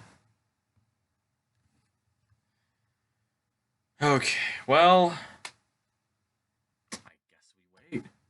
I don't know what we're gonna do. We have 3.5 minutes. I'm not entirely sure what I'll do for the next 3.5 minutes, but I wonder if any news is gonna come out in between them, just in general.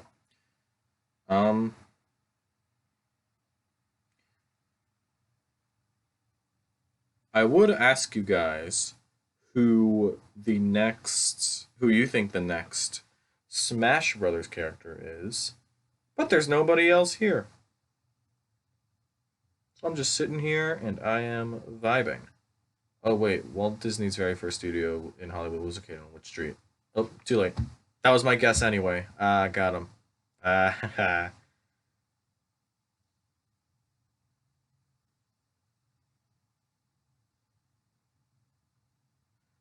Oh man, I don't know what I'm gonna do.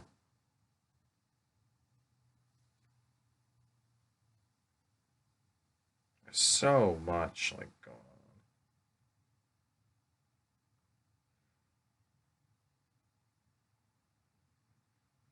on. I guess who I'd want to see. So apparently, they're thinking of bringing in Spider-Woman, the Jessica Drew character.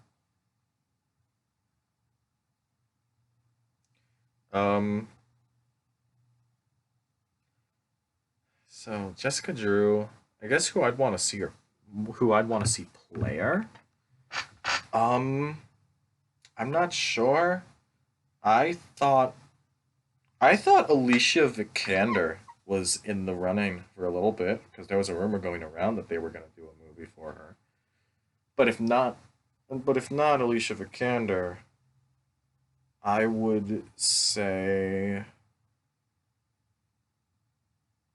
Aubrey Plaza. I think Aubrey Plaza could be good in that role. It's not really... She's good at playing those like weirder, eccentric characters. Like, she was...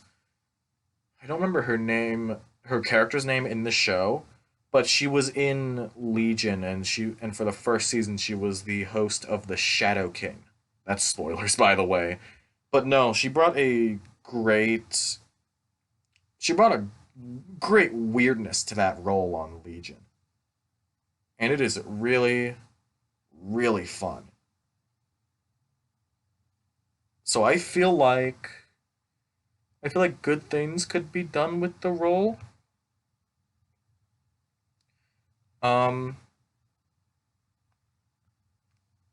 Either way, we got nearly 30 seconds now. True or false, Walt Disney holds the record for... Well, oh my god, I can't. It's too fast. I can't do that. Alright, 30 seconds. So, let's unmute. Oh, that's gonna be copyrighted. Oh no. Oh, wow. I did not expect... Well, it makes sense now, but yeah. 10, 9, 8, 7, 6, 5, 4, 3, 2, 1. All right. When I became CEO 15 Bob, years ago, hello. I envisioned a world where distribution, powered by transformative technology, would expand dramatically, almost to the point of becoming a commodity.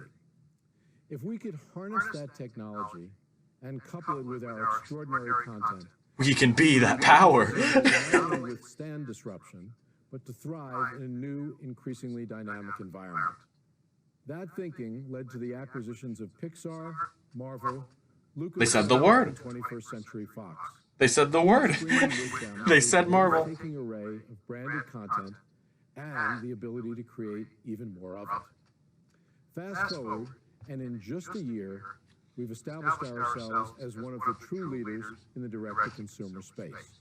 And what you'll see today reflects an increased commitment to focus the resources and immense creativity. Black Widow on Disney Plus.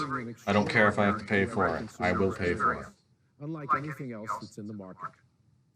You're about to hear from our amazing executives and get a preview of what they've been hard at work creating for Hulu, Star, and Disney Plus. Come on. We love what we are seeing, and we're confident We do. that voices around the world will too. We do? When I stepped down as CEO 9 months ago, my priority became the supervision of our content creation across all segments and territories, with a focus on leveraging our brands and I expanding. feel like Bob Iger knows what he's doing with this. The I'm confident. most effective way to grow our subscriber base is with great content.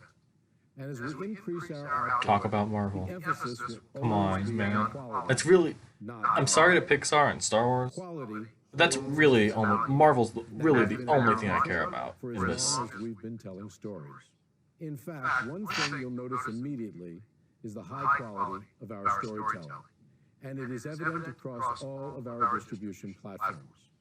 Production values and talent for our streaming content, both in front of and behind the camera. I mean, yeah, The Mandalorian are alone releases. is absolutely The only insane. difference between these and our feature films is length.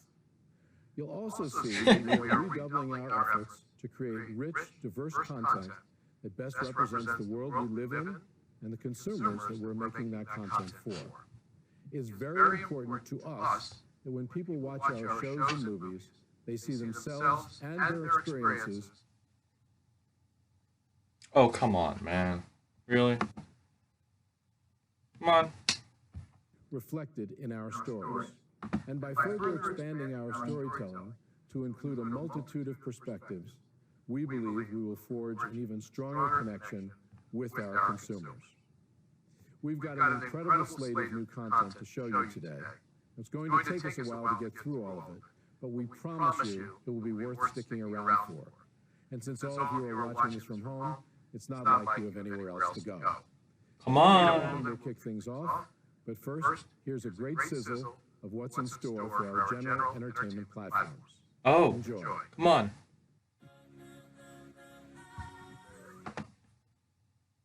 I gotta mute that. I gotta mute that one. I can't. What? It's another break. You gotta be kidding me.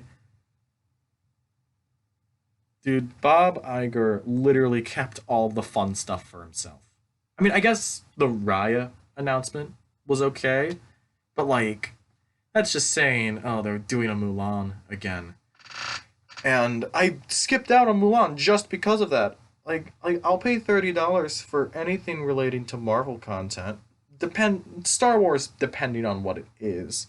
But I don't want to I don't want to pay for something that I don't have the guarantee of me enjoying. Or if it's something that I'm dedicated and that I know I'm going to watch. So, I don't know. I feel like it's...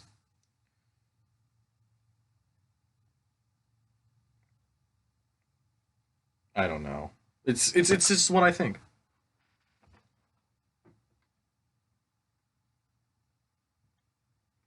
Yeah, I'm texting a friend during this. Because I know that this other person's watching this too. So I just decided, why not? Since I don't think this person can attend the stream right now. So here we go. And all around me are some of the biggest hits in the TV industry. And here's what they have in common. They've all been developed and produced by content creators inside the Walt Disney Company. These are high-quality, award-winning, creatively Family Guy. Family Guy funny moments. And acclaim at home and around the world.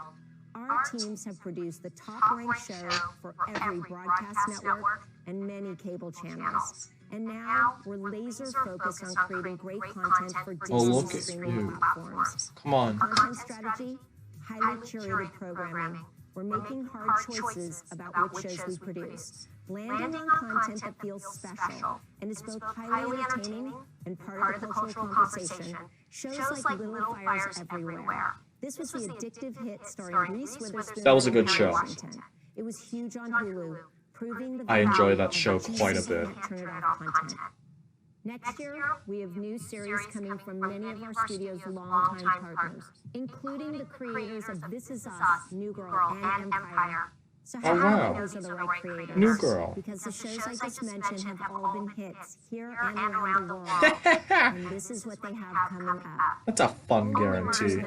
Reunites two comedy legends. They'll be joined by one of the most popular stars on the planet, someone who has over 370 million followers. What? What? Steve Martin, Martin Short, and Selena Gomez.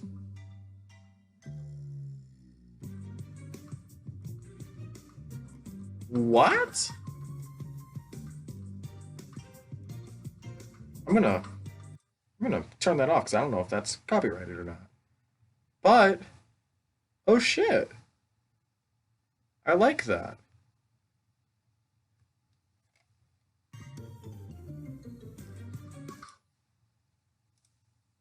I would also like to know, like, how long are they going to stay on this?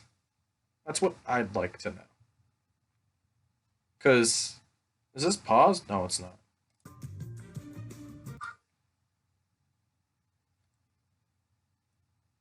So why are they just keeping it on this? Well, like, Steve Martin, Martin Short, and Selena Gomez, that's like... That's a good area. Oh. Our audience loves. The Dropout is the unbelievable story of Elizabeth Holmes. She's the Silicon Valley con artist who captivated the world. This show started with a gripping investigation and podcast produced by our very own ABC News. Oh, I think I know what's happening here. So they're keeping it like this on a general audience because there's different. Oh my god, I'm gonna keep that muted. So I feel like the media outlets that are here are getting footage of this in some shape or form because they don't want to let out some of this or whatever. They don't want to, because they have it for the media, so they can report on it better and get more details on it. So I feel like that's a good move. It sucks because we just have to look at this for 30 seconds or between 45 seconds and a minute. But you never know. I like Kate McKinnon. I've heard of the Dropout podcast. That could be very interesting.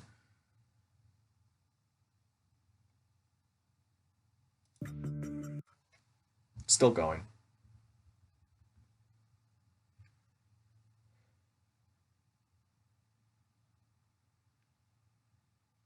I mean, during these little breaks, I don't really know what to say. Like, oh, here we go. Dope Sick is a deeply emotional drama series. It's about heroes who are battling the worst drug crisis in history. It's an important story, and we've assembled an all-star team to tell it. Let's see. Dope Sick, Michael Keaton, Rosario Dawson, and that Peter Sarsgaard? Wow. I like it. I'm not really familiar with Peter Sarsgaard's work, but Michael Keaton and Rosario Dawson. Mwah. Beautiful. We love it. Yeah, this is... I mean, I'm glad we're getting new content. Like, we're getting to the meatier parts of the convention. Not the convention. The live stream, and I'm glad. But outside of that, I'm not really sure how to feel about this so far.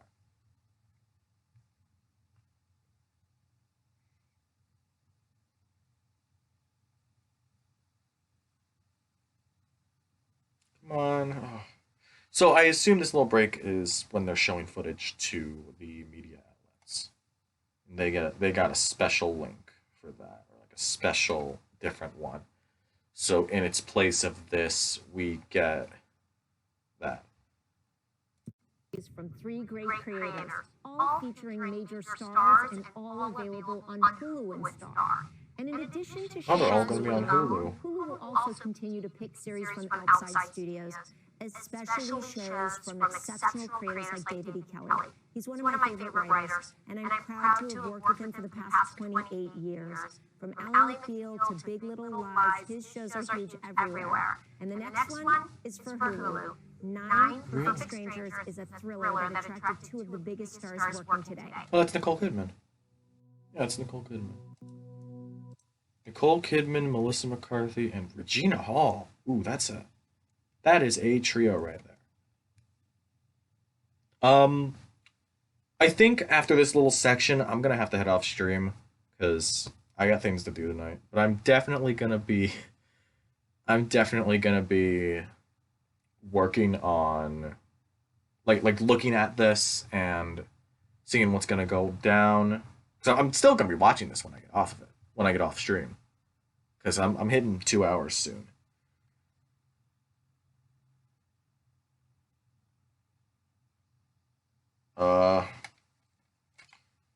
So like maybe after this section, because like you're not gonna see me react to the meaty stuff, and I'm sad because I really want to know about the Marvel stuff.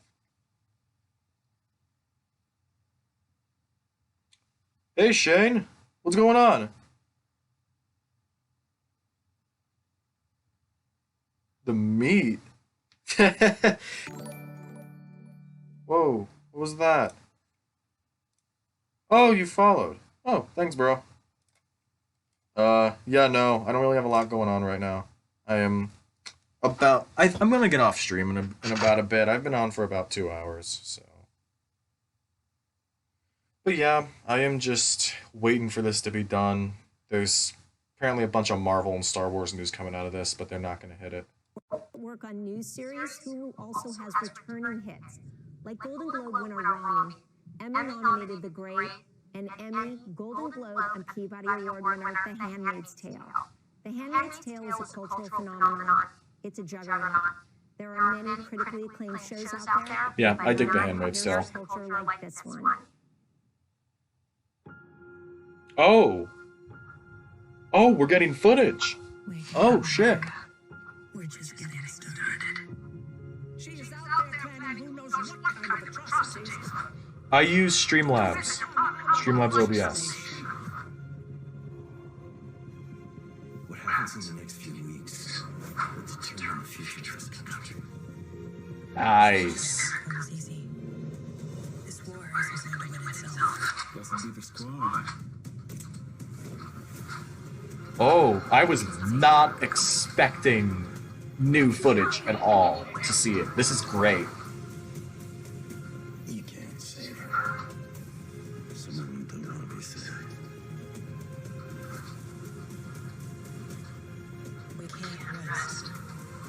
Damn, this show is powerful, by the way. This is a monster of a show. Coming soon. Okay. Coming soon. Handmaids is the biggest hit in the history of Hulu, and we are committed to its future. As a matter of fact, I'm happy to announce today that we're ordering season 5. What? Now I want to talk about adult animation for just a moment. Oh, like, okay. You just renewed it and then dipped. We have the largest library anywhere, and we're making more than 1,500 episodes Well, cool. available for Hulu. Season 5. Awesome. And finally, I want to talk about reality shows, because the Hulu audience loves them. Oh, reality. It's not about volume. It's about picking the right ideas and the perfect partners. Noisy, breakout stars who create conversation. Well, no one does it better than this group. Oh. Oh, is it just gonna be a stock photo of the Kardashians? I have to mute it for DMCA? Oh, that's just great. This gives me a good look. Yeah, no, isn't the show ending? I thought this was ending.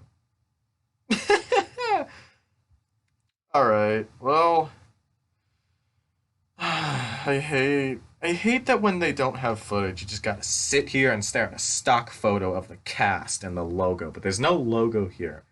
It's just a picture of the Kardashians. And Jenners, whatever. I don't even know their last names.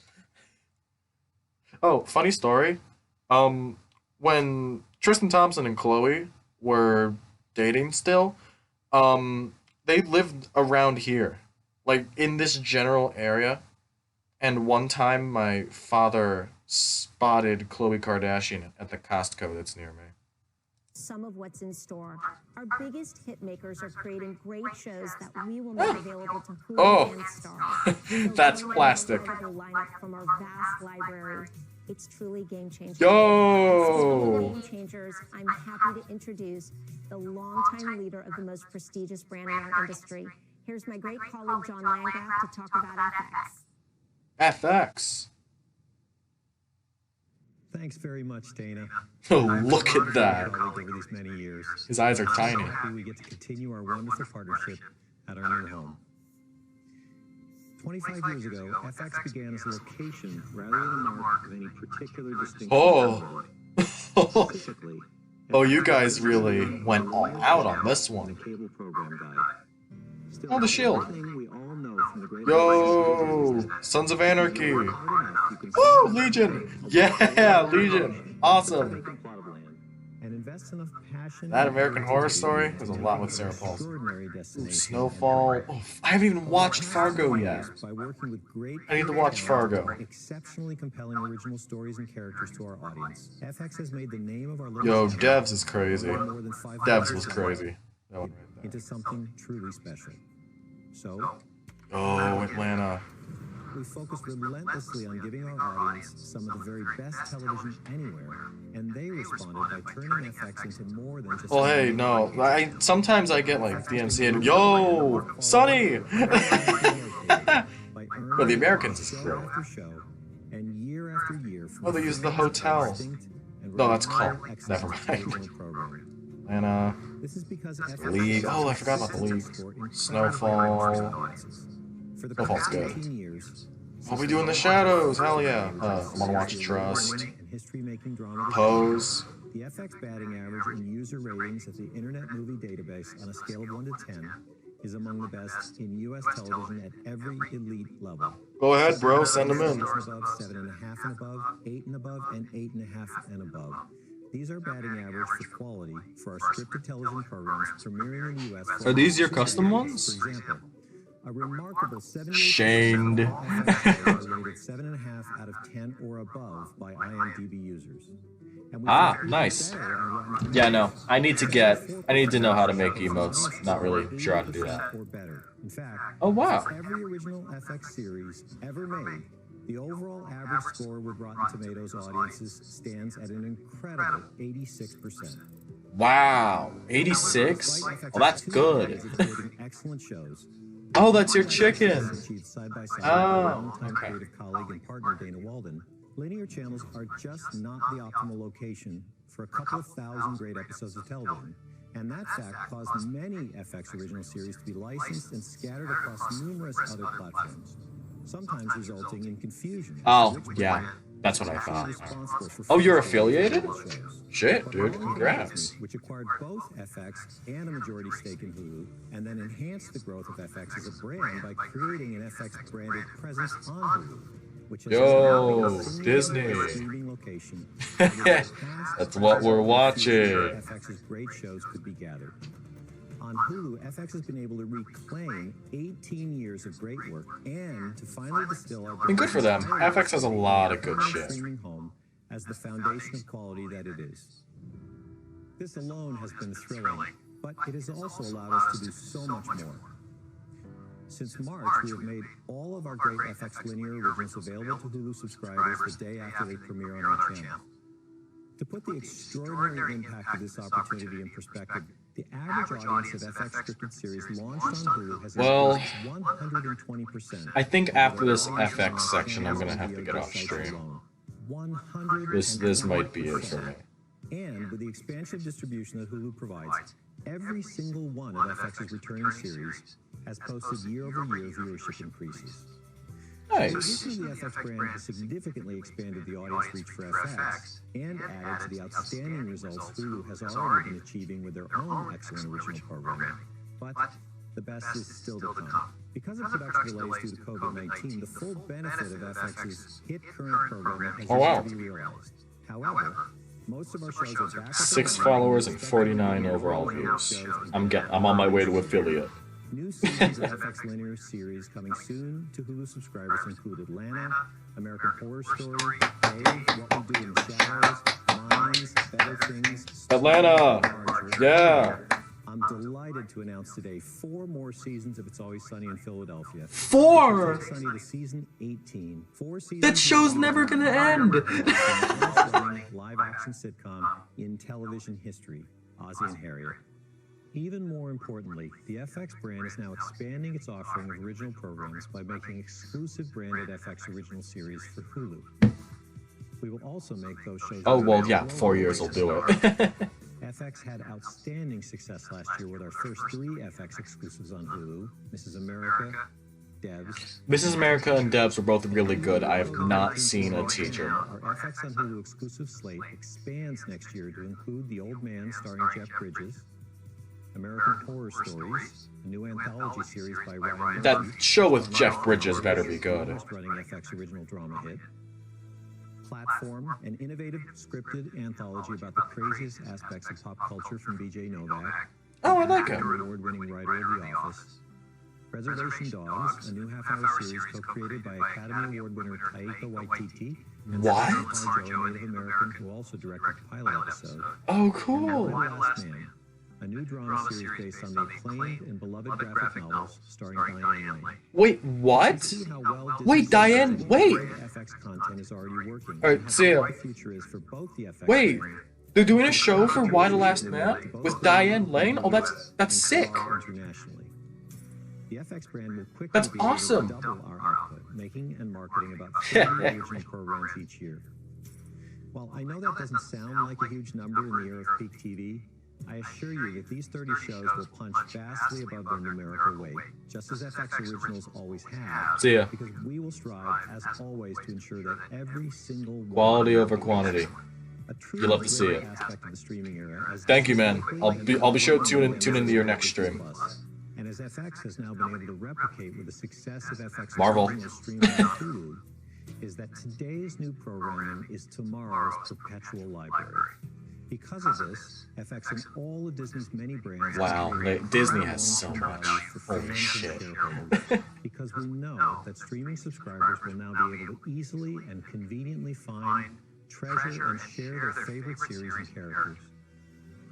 Disney has always understood that quality is the surest path to value, which is why for almost a century, it has devoted itself more than any other entertainment company to consistently creating truly great and memorable stories. FX belongs at Disney because we fervently share this belief, and the marrow of our brand is built on it. Finally, I'll conclude today's presentation with a few examples of some new and unique branded FX original series that are currently in the pipeline. We are moving quickly to bring audiences the first television series based on one of the greatest science fiction horror classics ever made, Alien. FX What? will be helmed by Fargo and Legion's Noah Hawley, stepping into the creator What? working alongside Sir Ridley Scott. Oh, that's crazy! Into our future, it's the first Alien story set on Earth. Whoa! The timeless horror of the first Alien film with a non-stop. Oh, that's nuts! It's going to be a scary thrill ride that will blow people back in their seats. Nice! Alien! Oh shit! 2002. Got him.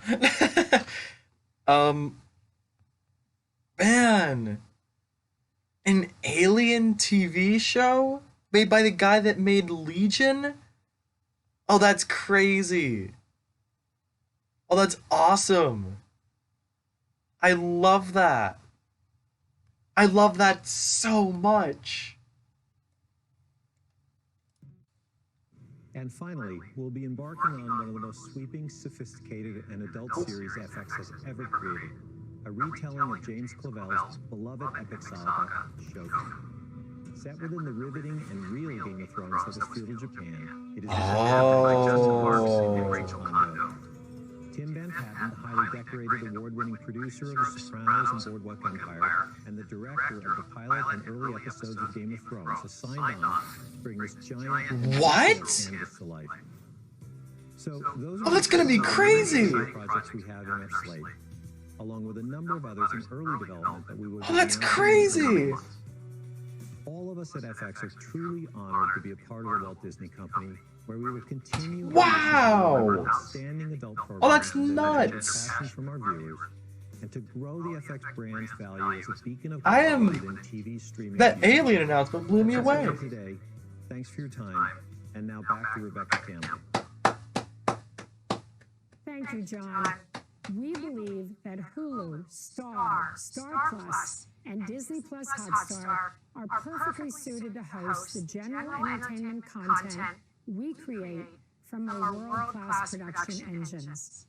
Our Hulu joint venture will continue to license all original scripted streaming content and most off-network content created by Disney Television Studios and FX. Star, Star Plus, and Disney Plus Hotstar will be the exclusive home of our original content and much of the off-network content outside of the United States. Oh. Also, each of these services will be enhanced by the addition of local programming. So looking ahead, our plan is to grow with premium content. I think I'm gonna be done with the stream. I think that is gonna be it for me. Thank you for the people that attended. I'm very happy about this. This stream went very well. That is going to be it. Thank you. Have a good night. Bye-bye.